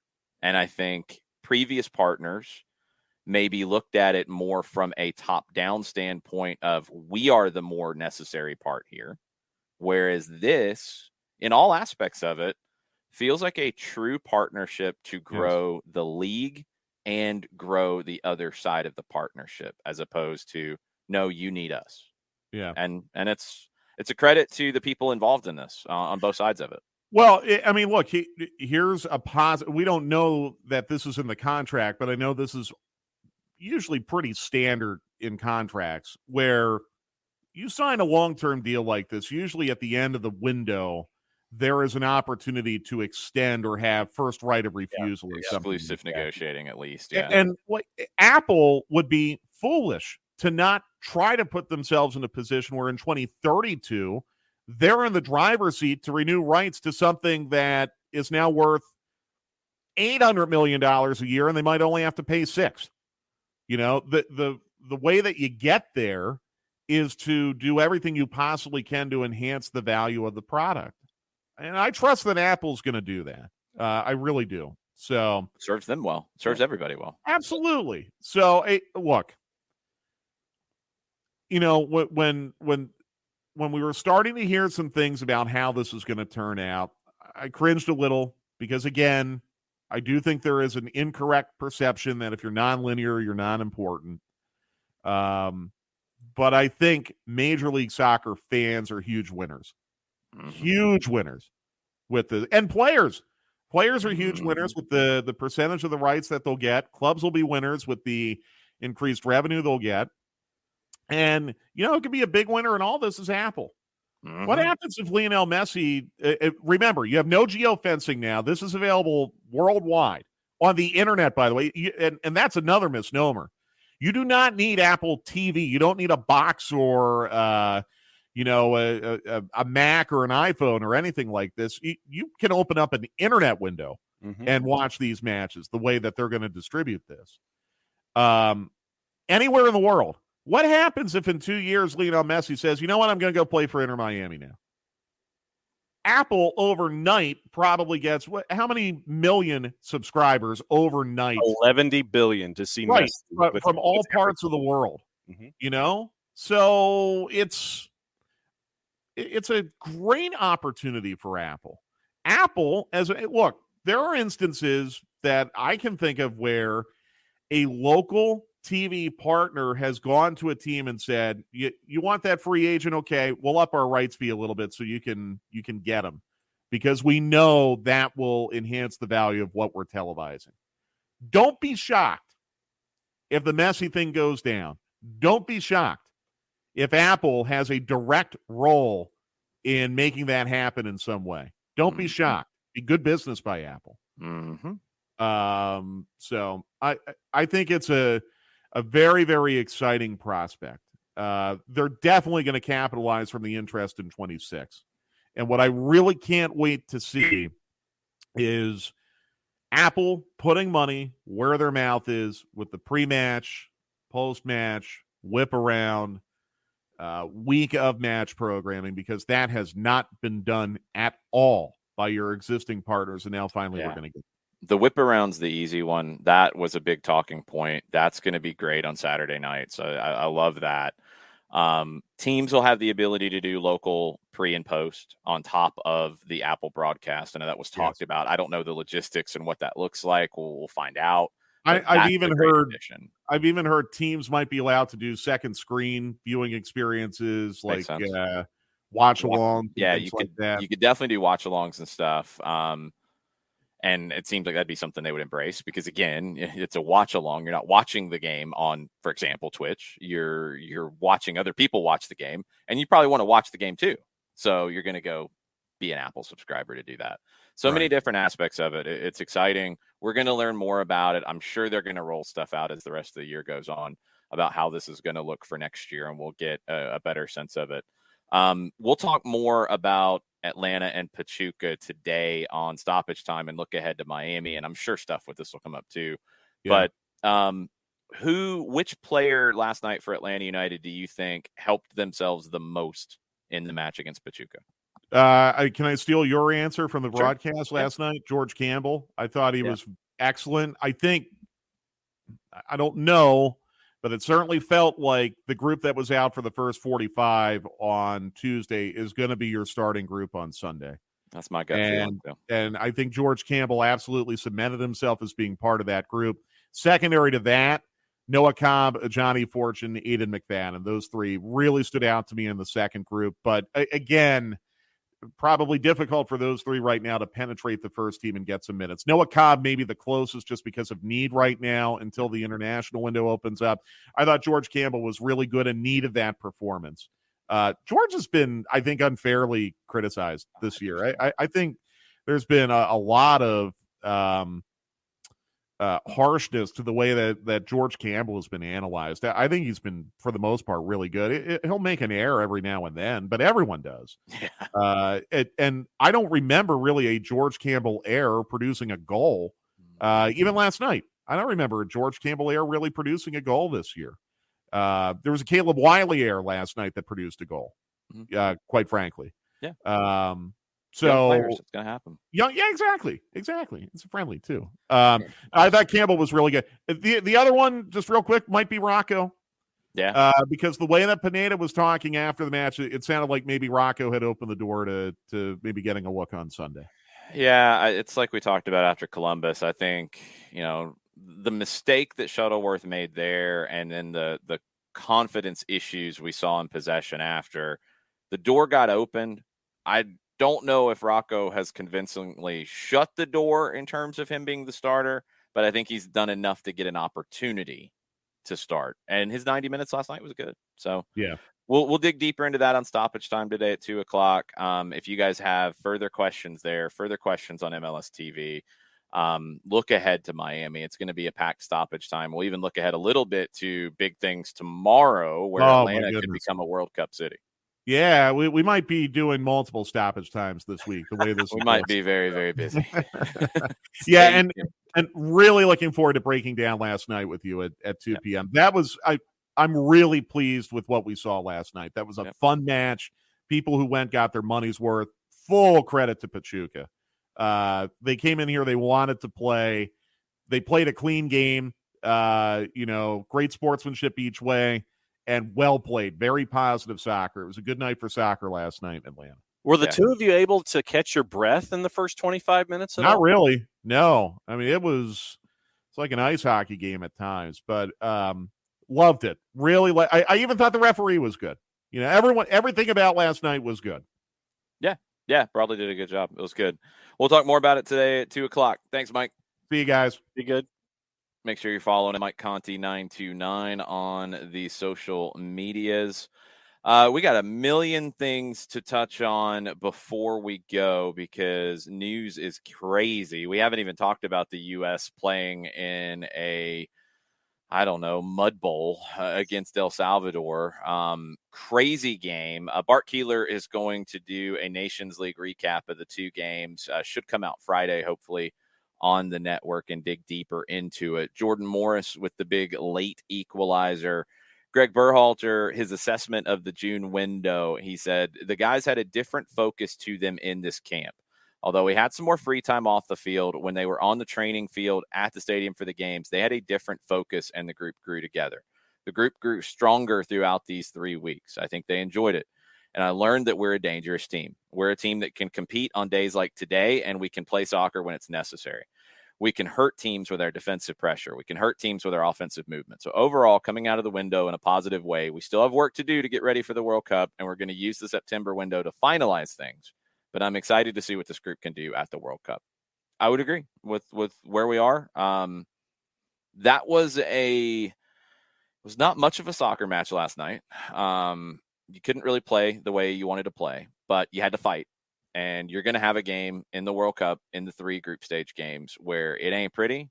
It's not working. The possession, the chance it's being created, it's not working. You're going to be in a fight. And they showed character last night in finding a way to get something out of a fight. And I think that's going to end up being as useful as anything they got out of this window.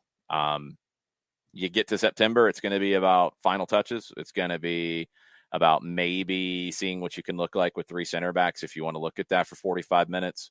It's going to be about who your starters are, who your impact subs are if everybody's healthy. And Jordan Morris is an interesting one because he's probably 6'7", 5'8", somewhere in there in the depth chart in his position.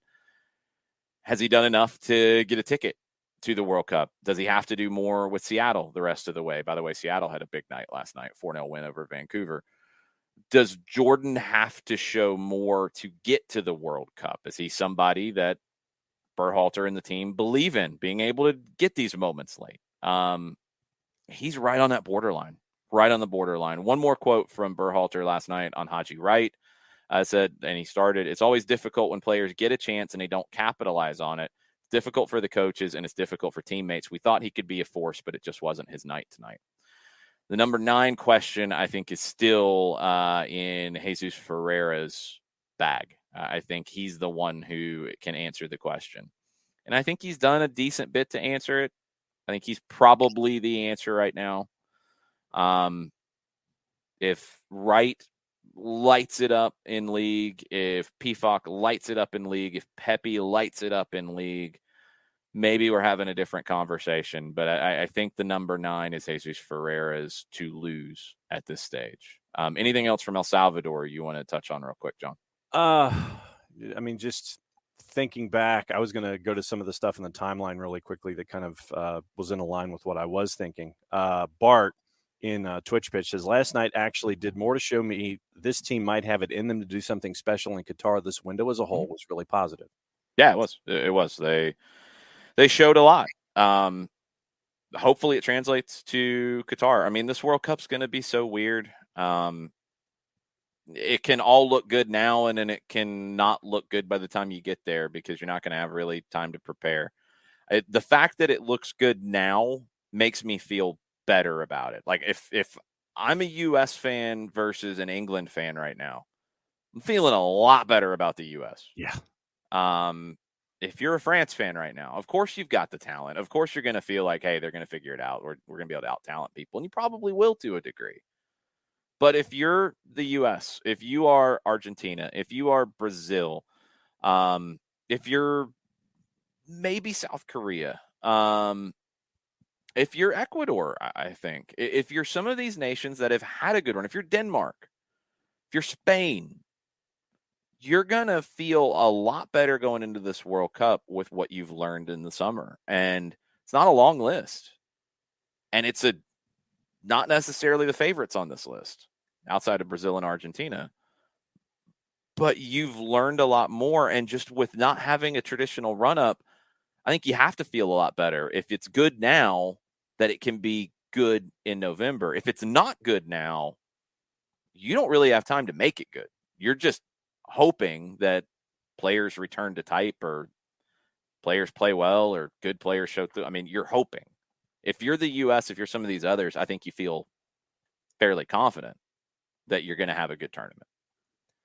And then one more from Coco. The U.S. game is why away days in CONCACAF are some of the most difficult of any federation because it's not just an El Salvador thing, it's a CONCACAF thing. Yeah, I mean, it's the nature of it. And, you know, we joke about things being CONCACAF-y from time to time. And I think we generally focus on a bad pitch or crazy refereeing or weird little stadiums or whatever. But there is a style in it that is reminiscent of CONMEBOL at times where it's a fight in some of these places. And it's not just because the field isn't great. It's because of the mentality. It's because every country in CONCACAF wants to beat the U.S. It's just hard. It's harder to go to El Salvador than it is for England to go to a representative level country in Europe. It's harder to do what the U.S. and Mexico have to do in CONCACAF. It's more along the lines of what Argentina and Brazil have to do in CONMEBOL, but you don't have as much separation in terms of talent. Argentina and Brazil, yeah, you do get a weird one like 2009 where Argentina went to Bolivia and lost 6-1. You do have those pop up from time to time. Not as much now because it feels like Argentina and Brazil have pulled away further. But you'll have a tough night when you go to Ecuador. You'll have a tough night when you go to Peru. You'll have those tough nights. CONCACAF, you have tough nights because you don't have that big talent gap. In Europe, you don't have the same tough night when you go to some of these places. You just don't. And, Sorry, Kylian Mbappe, by the way. I apologize for rubbing that in for you. Sorry, buddy. Oh, and in the second half, after Paul Arriola gets the red, you're down to 10 men, you're down a goal, and you mentioned fight, and they continue to fight, and then they get the fellow red card to make it 10v10, and then they keep pressing and pressing and pressing. It was also, for me, a reinforcement that you need VAR in CONCACAF Nations League with the handball with a couple minutes to go. But with all of those moments, you kept going, you finally get the goal, and I thought it was somewhat indicative of this window where they score the goal, they're in the group, and they're all celebrating. Berhalter gets into that huddle, and you see him motioning. It's like, keep it going, because he sensed that El Salvador was on their heels and that you could do something there and continue to press and possibly get that game winner. So I thought that it was just an indicative moment of that whole window. It's like, okay, job's not done. Let's keep going here because there's a chance here that you could get that goal to make it 2-1. You eventually didn't. But what I'm saying is that you kept pushing and you weren't allowed to just sit and get that 1 point. I would like to remind a lot of people out there who talk about the U.S. men's national team on bird apps and in general, and just this is a life lesson, but this is definitely a soccer lesson. Flashback to the first hour of the show where a question came up about Bobby Shuttleworth. And yes, I said when Brad was injured that Bobby should be the starter at that time. I still feel like that was the case because when you go back to that time, that was it. Things have changed. And you can change your way of thinking and not be wishy-washy and not be, well, no, I didn't say that. No, I did say that, and I think it was true at that time. Things have changed. People who have been so negative and so down on Greg Berhalter and way over the top, you absolutely question a lineup decision and question a tactical thing. And yes, that's going to come up between now and the end of the World Cup. Of course it is. It's football. It's what we do, right? But the idea that he doesn't know what he's doing. Greg don't know what he's doing. Greg is all about the MLS player. That's it. Greg can't coach at the international level. Greg can't relate to these guys. All those stupid narratives. You can move on from them. It is okay to say, hey, this is what I thought at this time, and this is why I thought that. But now, based on what I have seen, I'm not going to keep blinkers on and not admit that, hey, maybe I had it wrong at that point. Maybe up to that point, my opinion was valid. Things have changed. Greg has done a very good job. Like it or not, and I know for some people that really upsets them, and I don't know why. He is the national team manager. He's not going anywhere right now. He has earned where he is. He earned it before he got the job. And I know Jay Berhalter. I know everybody. Yes, I know. He earned the opportunity. He had some very rocky moments in it. There were multiple points where I said, he's got to do this to keep the job. He did those things. He's still in the job. He won trophies. He got them qualified. And I think he's got them in a good place. It's okay to admit that. It's okay. You can admit that you're wrong. It's all right. Because we all are. And that's what makes a good pundit. That's what makes a good expert on the game. Because no one in the history of the sport has ever gotten every opinion right for their entire career without missing something. No one. There is not one pundit who has been that. There's not one player who has gotten everything right in the game. There's not one coach. It doesn't happen because we're human and because the game is constantly evolving and we're learning if we're doing it the right way. We can admit that we're wrong. We can also say that, hey, based off what we had at the time, yeah, I still feel like that was the right opinion at that time. Now it's different. Greg's done enough to show me that he's the guy, and I have no problem with it. And if he has a good World Cup, I mean, my gut feeling has always been that he was going to be here through 26. If they crash out in the group stage, we're having a different conversation. If they look bad in the group stage, we're having a different conversation. The expectation is that they get out of the next round. Nothing has changed in that. You get out of the group stage, anything can happen. That's the expectation. You're the number 2. You're in the number 2 pot. That means you should get out. Yes, it's tough. Yes, Iran and Wales are going to be difficult, but you should be able to do it. If they do that, job done. Job done, and we go into the lottery of the knockout rounds, and let's play ball. Let's see what happens. If they look bad in not getting out of the group stage, well, then it's going to be a lot harder for him to continue to 26. And that opens up a door that I don't think anybody wants to open up at the moment. But, well, actually, I do think there are people who have no power in opening up doors, who want to open up doors. They might be banging their head against the door. I don't know at this point. If he does the job, which is get out of the group, he'll have every opportunity to lead this team into 26. And frankly, I think he's earned it. So we will see where it goes. It's okay. It's okay to actually support him, and it's okay to actually say, hey, he's answered the questions I had. He's done it. It's okay to be there. It is. You can do that. You can do it. I have faith in you guys. Even in the Bird app, I have faith. Sometimes I don't want to look to see if my faith is misplaced, but I do have faith. I have to keep faith. I'm not singing the Bon Jovi song, but no. I have to keep the faith, yes. All right, other stuff on the board. In Costa Rica, they are the last team in to the World Cup. They beat New Zealand 1-0.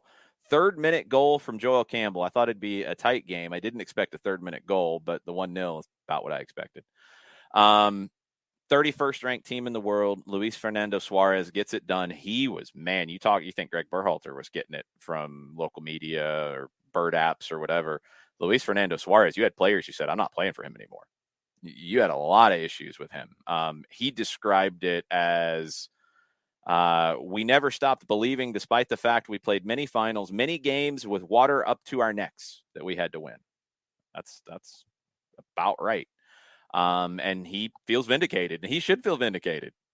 He went veteran. He kept Keylor Navas, who you're going to keep, obviously, but he kept Brian Ruiz. He kept veterans in this team, Kendall Waston, Calvo. He kept these guys in there, and he believed in them, and he thought they would get him to the World Cup and get the country to the World Cup, and he got it right. I hope the apologies are as loud as the criticism that he got in Costa Rica. They deserve to be, because he got them there. Third consecutive time. They've been there 6 times now. They had never been before 1990, and now they've been to 3 in a row. It's an incredible accomplishment for a tiny country, a wonderful tiny country in Costa Rica, but a tiny country to be able to do this consistently. And Luis Fernando Suarez, I questioned him too. He got it right. He told everybody to shut their mouths, and he got them to the World Cup. Tomorrow, we'll talk about this a little bit more on stoppage time as well, because we'll have an announcement that will involve Atlanta. Amy Tinnery of Reuters has posted an article about the countdown to World Cup 2026 and what we're going to find out tomorrow. 22 host cities still in the running this week.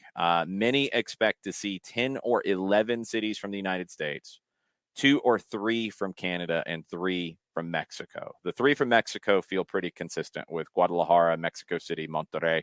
Those are the only 3. I think those 3 get it. You're talking about the Estadio Azteca, which has had 2 World Cup finals. It won't have the final this time, but it's a legendary venue. Monterrey, amazing stadium. Guadalajara, the Estadio Akron, amazing stadium. Those 3 are going to get it. Canada might not get 3. Edmonton is a long way away, and there's a lot of talk that they will not get games. It is not confirmed that they will not get games, but there's a lot of talk that they won't. Vancouver and Toronto are the others. On the U.S. side, look, anything can happen. This is FIFA. I remember sitting at Stats with the Atlanta organizing bid committee, watching the announcement in, I think it was 2009. I don't remember the year, but it was for the 2018 and 2022 World Cups. And I remember sitting there, and it was starting to bubble up on the very small Bird app at the time that, whoa, wait a minute, this is going to go to Russia and Qatar and not to England and the United States, as everybody expected. And that's how it played out. Now, they were bought on both cases, flat out bought. That's all out there. You can do your research. They were bought. It doesn't make any sense. This is a little different, but anything can happen because FIFA has its own mind about what it wants to do. How crazy are they going to get? We'll find out. Alan Rothenberg, former U.S. Soccer president, was heavily involved in 1994, heavily involved in launching Major League Soccer. He said some of the cities understood probably from the beginning they were a longer shot than others. 5 or 6 cities, almost anybody in the world would say, well, clearly they're part of the package. So the scramble in many ways is for the other slots. L.A., they're going to get games. New York, New Jersey, they're going to get games. What games? We'll find out, but they're going to get games. Other contenders, according to Amy at Reuters, is Boston, which some people have as missing out. Dallas, they'll get games. San Francisco, almost everybody expects they'll get games. Orlando, I've seen reports that have them out. Washington, D.C. / Baltimore, generally on the borderline, but most seem to think they'll get games. Rothenberg said there's an awful lot of pent-up excitement because then we start the 4-year sprint to actually getting to the stage. It was a shorter sprint in previous World Cups. I believe the final city set up for 94 was done in, I think, 91. Maybe later in 91. I'll have to get the exact timeline. Look, it's potentially very lucrative. U.S. Soccer study done in 2018 said that the tournament could generate more than $5 billion in economic activity for North America. Of course, they're going to say that it's going to be a big positive. People always dispute this stuff, and it's always hard to actually quantify it. But it is a big deal. I mean, just think about if you have 4 World Cup games in Atlanta, all the hotel rooms, all the transportation, all the restaurants, all the hospitality, all that money that's going to pour into the city, all the people that are going to pour into the city. It's like 4 Super Bowls. It's going to be massive, massive, massive, massive. Houston is another one of the cities. Chris Canetti, president of the Houston World Cup Bid Committee, said we've all seen so much progress in the growth of soccer over the course of 20 plus years. The platform that hosting the World Cup will provide to really take the sport to even much greater heights is incredible and very exciting as well. Houston is expected to get games. I don't know if they are as much of a lock, but they are expected to get games. Philadelphia expected to get games. And another big element, Dan Hilferty, chair of the Philadelphia bid, said it can create a legacy for the sport in the city. He said, I just see this as the final straw in placing soccer among the other top sports, and there will be no turning back. The legacy component's important. As somebody who worked in nonprofit soccer-based youth development organization, Soccer in the Streets, for a decade, that was a big part of the conversation in the previous bid. I think it will be a big part of the actual hosting. We're seeing it with what Atlanta United's doing in conjunction with a lot of partners with building mini pitches all over the state. These are tangible things that are going to be legacies to the tournament. We need to see that as part of this. Every city that does get picked needs to have that lasting legacy of being a World Cup city. There's not a lot of them worldwide. It needs to be something tangible. And I'm excited to see what that can do in all these cities and what it can bring. We'll find out more tomorrow. I'm sure we're going to hear a lot of buzz today as the day goes on. I'm sure there's going to be leaks. I'm sure there's going to be rumors of leaks. I'm sure there's going to be all kinds of chaos. Somebody will come out and say, oh, there's going to be a big shock. Somebody's going to miss out. Then maybe it happens. Maybe it doesn't. Just buckle up for FIFA politics tomorrow. We will be not live in the morning. We will be live from Mercedes-Benz Stadium tomorrow around 4:00 on Twitch. I'm still working out exactly how we're going to distribute it. We might try to do it a little bit differently, so stay tuned. All the links will be on our social media at Soccer Down here on Twitter. That'll be the best place to get everything. I want to get this out live to as many possible people as possible, so we'll figure that out. But we will be at the stadium at 4:00. The local media event will be there. There's also another event at the stadium that was booked a while back. That's why they can't host a public event, because there's going to be about 10,000 people there already for another event. But we will be there on the ground covering this for you with a live show leading into the national coverage of the announcement. The actual announcement is supposed to be in the 6 o'clock hour. We might, if things work out like I would love for them to be, we will pop back on with an immediate reaction. That might be purely on Twitter to get it out as fast as possible. And then I'm going to follow up with 92.9. There's a good chance if it's a positive announcement, I'll be hanging out with John Chuckery afterwards, probably in the 8 o'clock hour or so, as we take stock of everything. So big day of coverage. Dukes and Bell, the last 2 hours of their show from 5 to 7. They're going to be all over this with Mike Conti at the studio.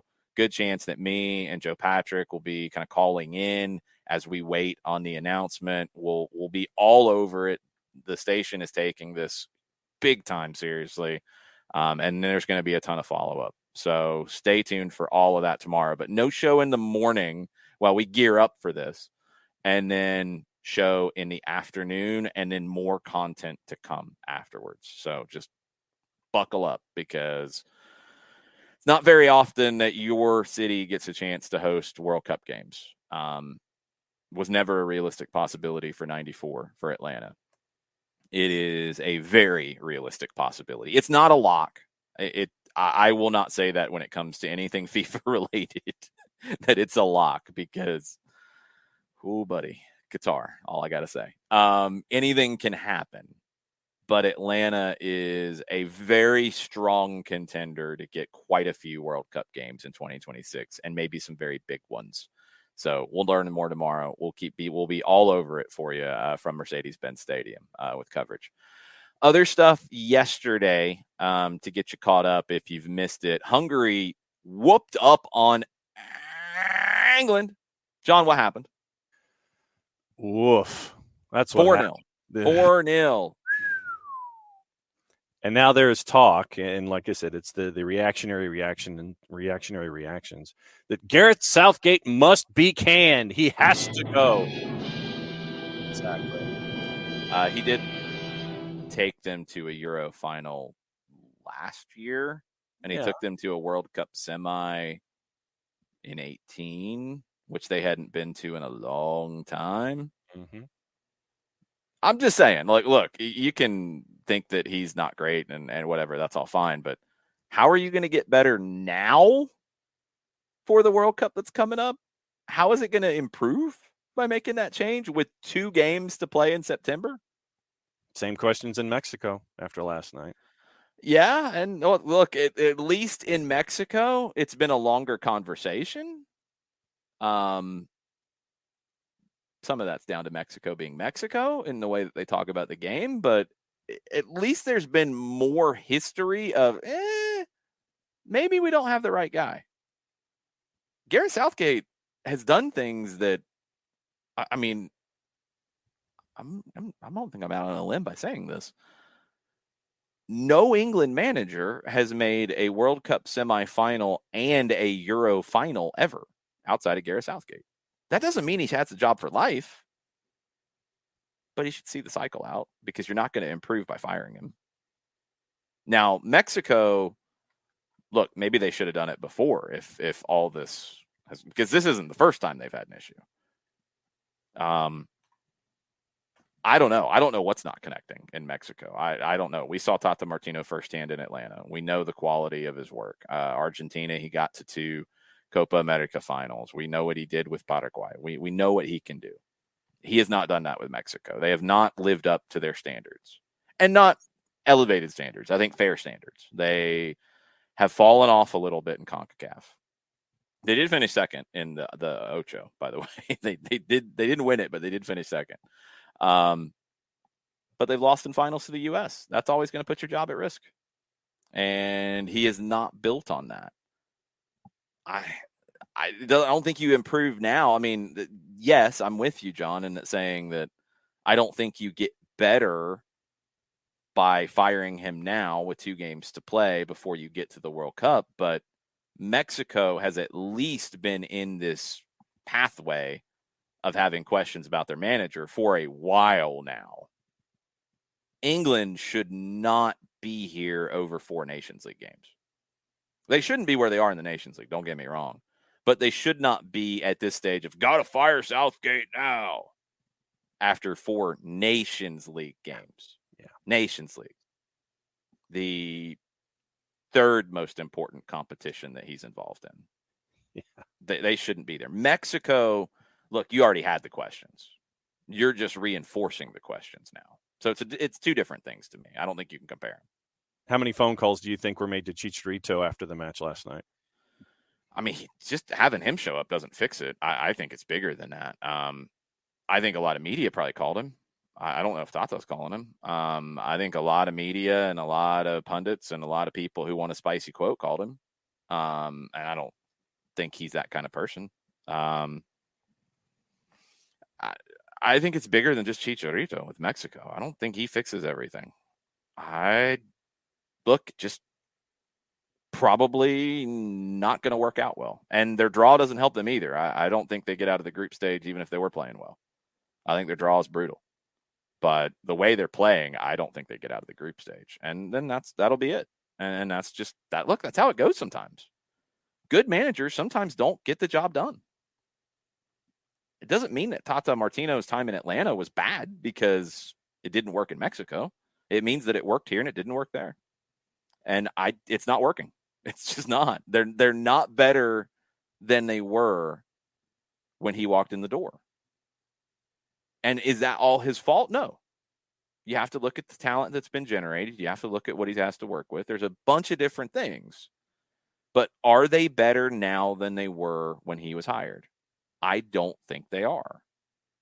And ultimately, he's going to be the one to pay the price for that, which World Cup cycles generally are it anyway. So if he doesn't come back, it's not even like, oh, see, he was fired. No, it's the cycle ended and it didn't succeed, so they're not going to do another one. Just like we talked about with Berhalter. And look, that's a different conversation. I don't know what promises have been made, but if they lose 3 games and look bad in doing so and don't get out of the group that they should get out of, he shouldn't be back. Even with what he did, he shouldn't be back. If they get out of the group and you expect to build with a young team for the next World Cup, and he's done a good job in doing that, and they look good in what they're doing, he should be back. It's why Sunil Gulati got it so wrong in 2014 or 2013 when he extended Jurgen Klinsmann for the next cycle before you even got to the World Cup, that then he drops one of your best ever players that you really needed in that tournament.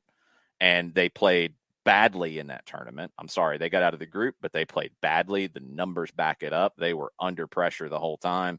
The numbers in terms of playing proactive soccer, which Jurgen promised, no, they regressed to like 1990, 1994 level of being proactive. So it just, you re-upped him and you shouldn't have done it when you did. And then they should have moved on multiple times after that. But that's a whole nother topic. I don't think Tata Martino is back unless he wins a round of 16 game. And I don't think they get to the round of 16. So, and Southgate will be there at the World Cup, and that probably will be the end of his cycle because it's been a long time. He should probably want to go to a club and get paid on a regular basis and make a good bit of money and grow as a manager, which is hard to do as a national team manager because that's why you generally see older guys there, because you don't get to grow the team. You deal with what you get and you do the best you can with it, and that's it. So we'll see. But Southgate probably should be the end of it.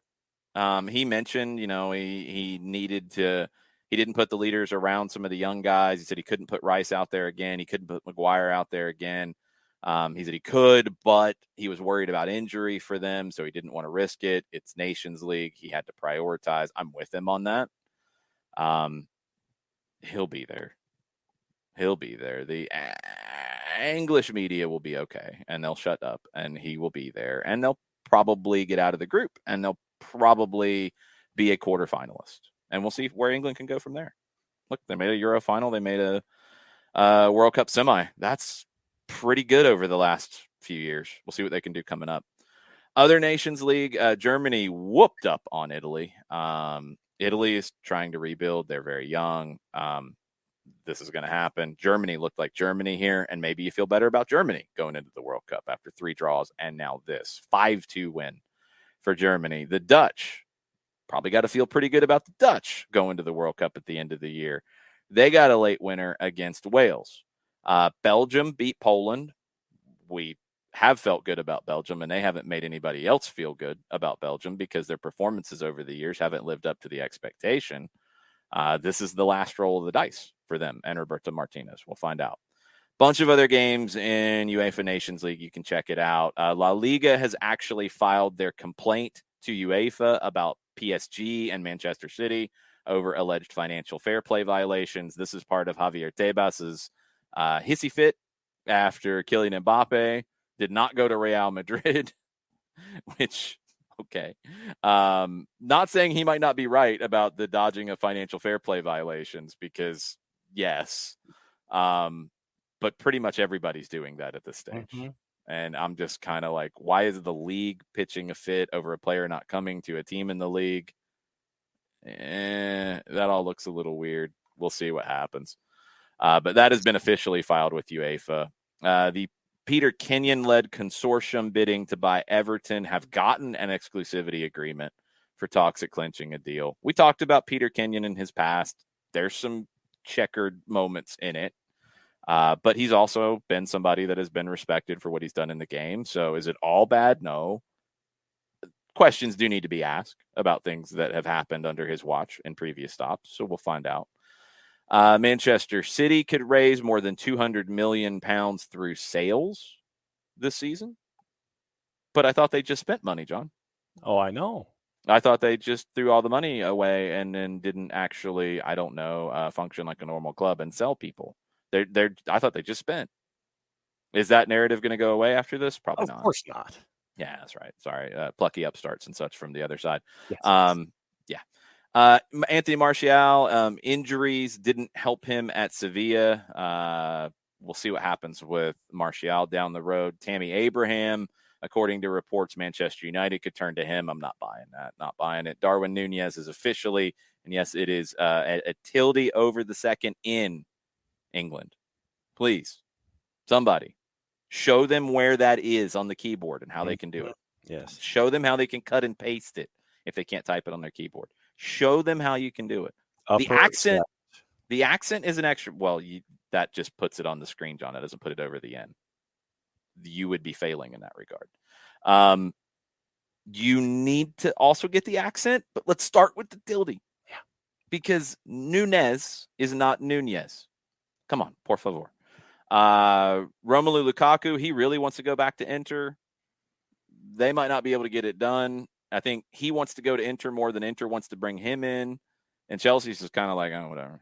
Do what you're going to do, and we'll figure it out. Paulo Dybala going to Inter maybe makes that a little difficult. I don't think so because it was talked about before that, and it was talked about during Dybala obviously ending up at Inter. So we'll find out. That's in the media right now. Christian Eriksen has a bid on the table from Manchester United, according to The Athletic. Stop me if you've heard this before. Juventus are close to agreeing a contract with Paul Pogba. Wait, comma, what? Question mark? Yes, Fabrizio Romano lets us know that it's close now, again. It's just do it, please. Who's closer, Pogba or Botman? I don't care. Richarlison has turned down an approach from Arsenal. Chelsea and Tottenham are the preferred destinations for Richarlison.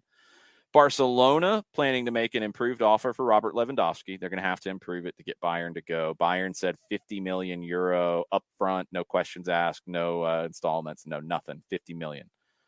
32 million plus 5 million in add-ons is where the initial bid was from Barcelona. Chris Richards, his name has come up in multiple places. Hoffenheim has come up with a renewed loan from Bayern again. That rumor is there. Stejkal and Tenorio have come up with The Athletic that 2 EPL sides are interested. Crystal Palace and Southampton would be interested in not a loan, but a purchase from Bayern. He's valued at 7.5 million euro in Transfermarkt. Okay. he needs to play. So let's get him somewhere where he's playing. They need the help. Now, let's see what happens. Nottingham Forest have opened talks with Manchester United, according to Fabrizio Romano, to sign Dean Henderson on loan with an option to buy.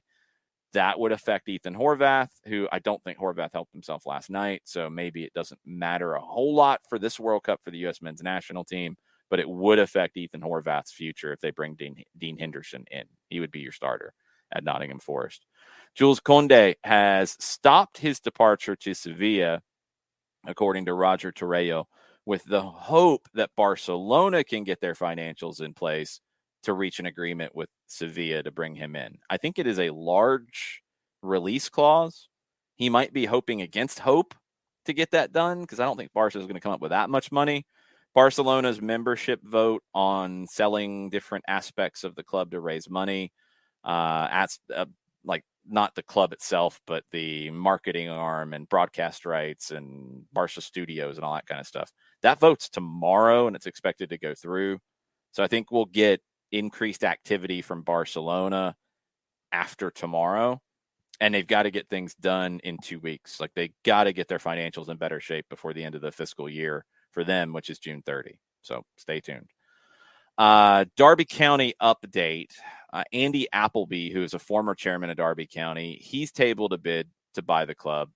General Sports Worldwide is his consortium. They've made a renewed move. Mike Ashley is in process here. Steve Morgan is in process. Appleby's bid is understood to be highly competitive. However, it does not include the stadium portion of it. It's separate to that. Mel Morris, the former owner, has the stadium, which they want to get done in this, but they honestly might not have time to get it done. Steve Morgan, the former Wolves chairman, his bid includes the stadium. He had been part of Appleby's bid earlier in the year, and then now he's bidding separately. So I'm sure that's fun to unwind. Who knows? We'll see what happens. I mentioned at the beginning of the show, Pochettino, according to reports, he will be out at PSG. This is no surprise. ESPN says that Christophe Gauthier, at Nice, formerly at Lille, is the front runner. He's the favorite of Luis Campos, who is the sporting advisor / director / whatever title you want to put on the guy who's the guy now, not the guy who was the guy who's not there anymore, but hasn't been officially fired yet in Leonardo. I know it's confusing. Welcome to PSG. Gauthier is the favorite after winning the title with Lille in 2021 with Luis Araujo and others. Zidane was the priority of the Emir of Qatar, who owns PSG, close to Zidane.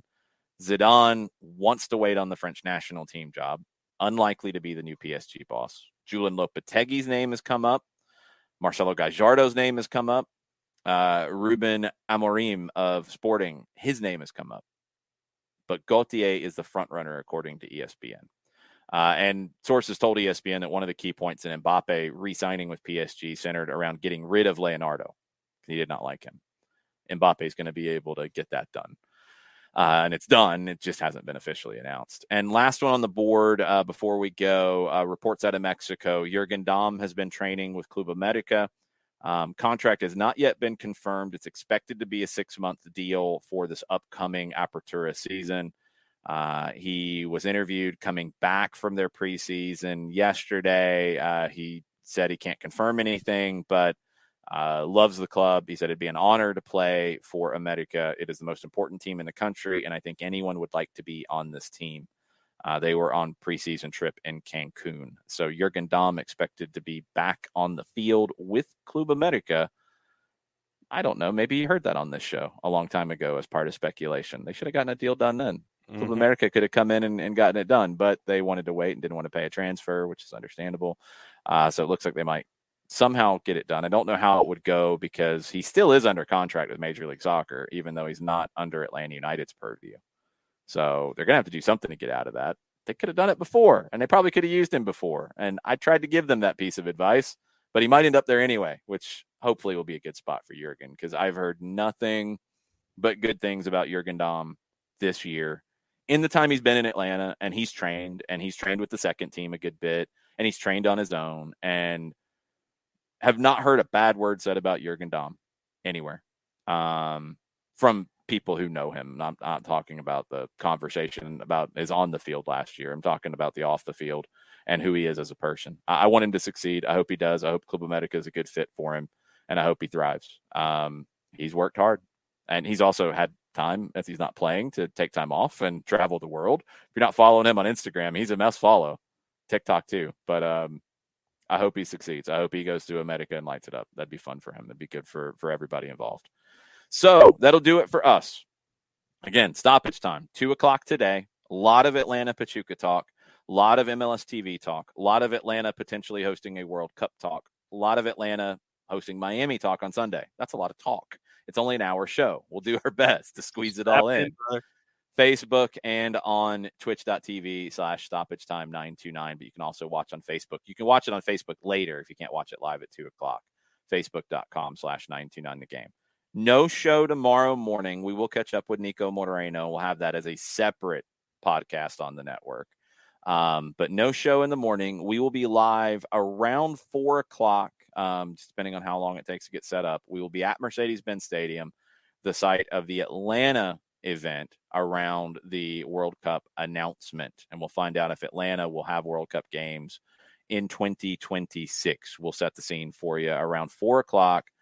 Probably here on Twitch, but we're hoping to have it maybe in other places as well. We got to work through a couple things to make that happen. So stay tuned on where you can watch and where you can interact. But we will be on the ground at the Benz to get you ready for everything coming up, because it is a momentous day in Atlanta soccer history, and that is not overselling it. To bring a World Cup to this city is as big gets. You know, if it's not the Olympics in terms of international sporting events, and frankly, the World Cup is bigger than the Olympics, this is huge. Of course, every game's not going to be in Atlanta, but to have World Cup games in Atlanta, you are going into a small fraternity of international cities that can say that, and even smaller one that can say they've had an Olympics and World Cup games. It's about 15 to 20. Including the Winter Olympics. It's a very small list, and Atlanta has every possibility to be part of that, and we'll be covering all of that for you from the Benz tomorrow. So stoppage time today at 2:00, tomorrow at 4:00, Friday, normal show to preview the weekend. Tons and tons of stuff. Thank you to Kevin Egan for the shout out last night on the TV broadcast, mentioning Noah Cobb and Michael Parkhurst and the insight you can get from Parkey here on the show, and he'll be with us on Friday, so you can get some insight. We'll talk about Noah Cobb's performance and everything about Miami on Friday. So have a good rest of the day. We'll see you for stoppage time, and we'll see you tomorrow afternoon from the Benz. Mucho platico. Mucho platico.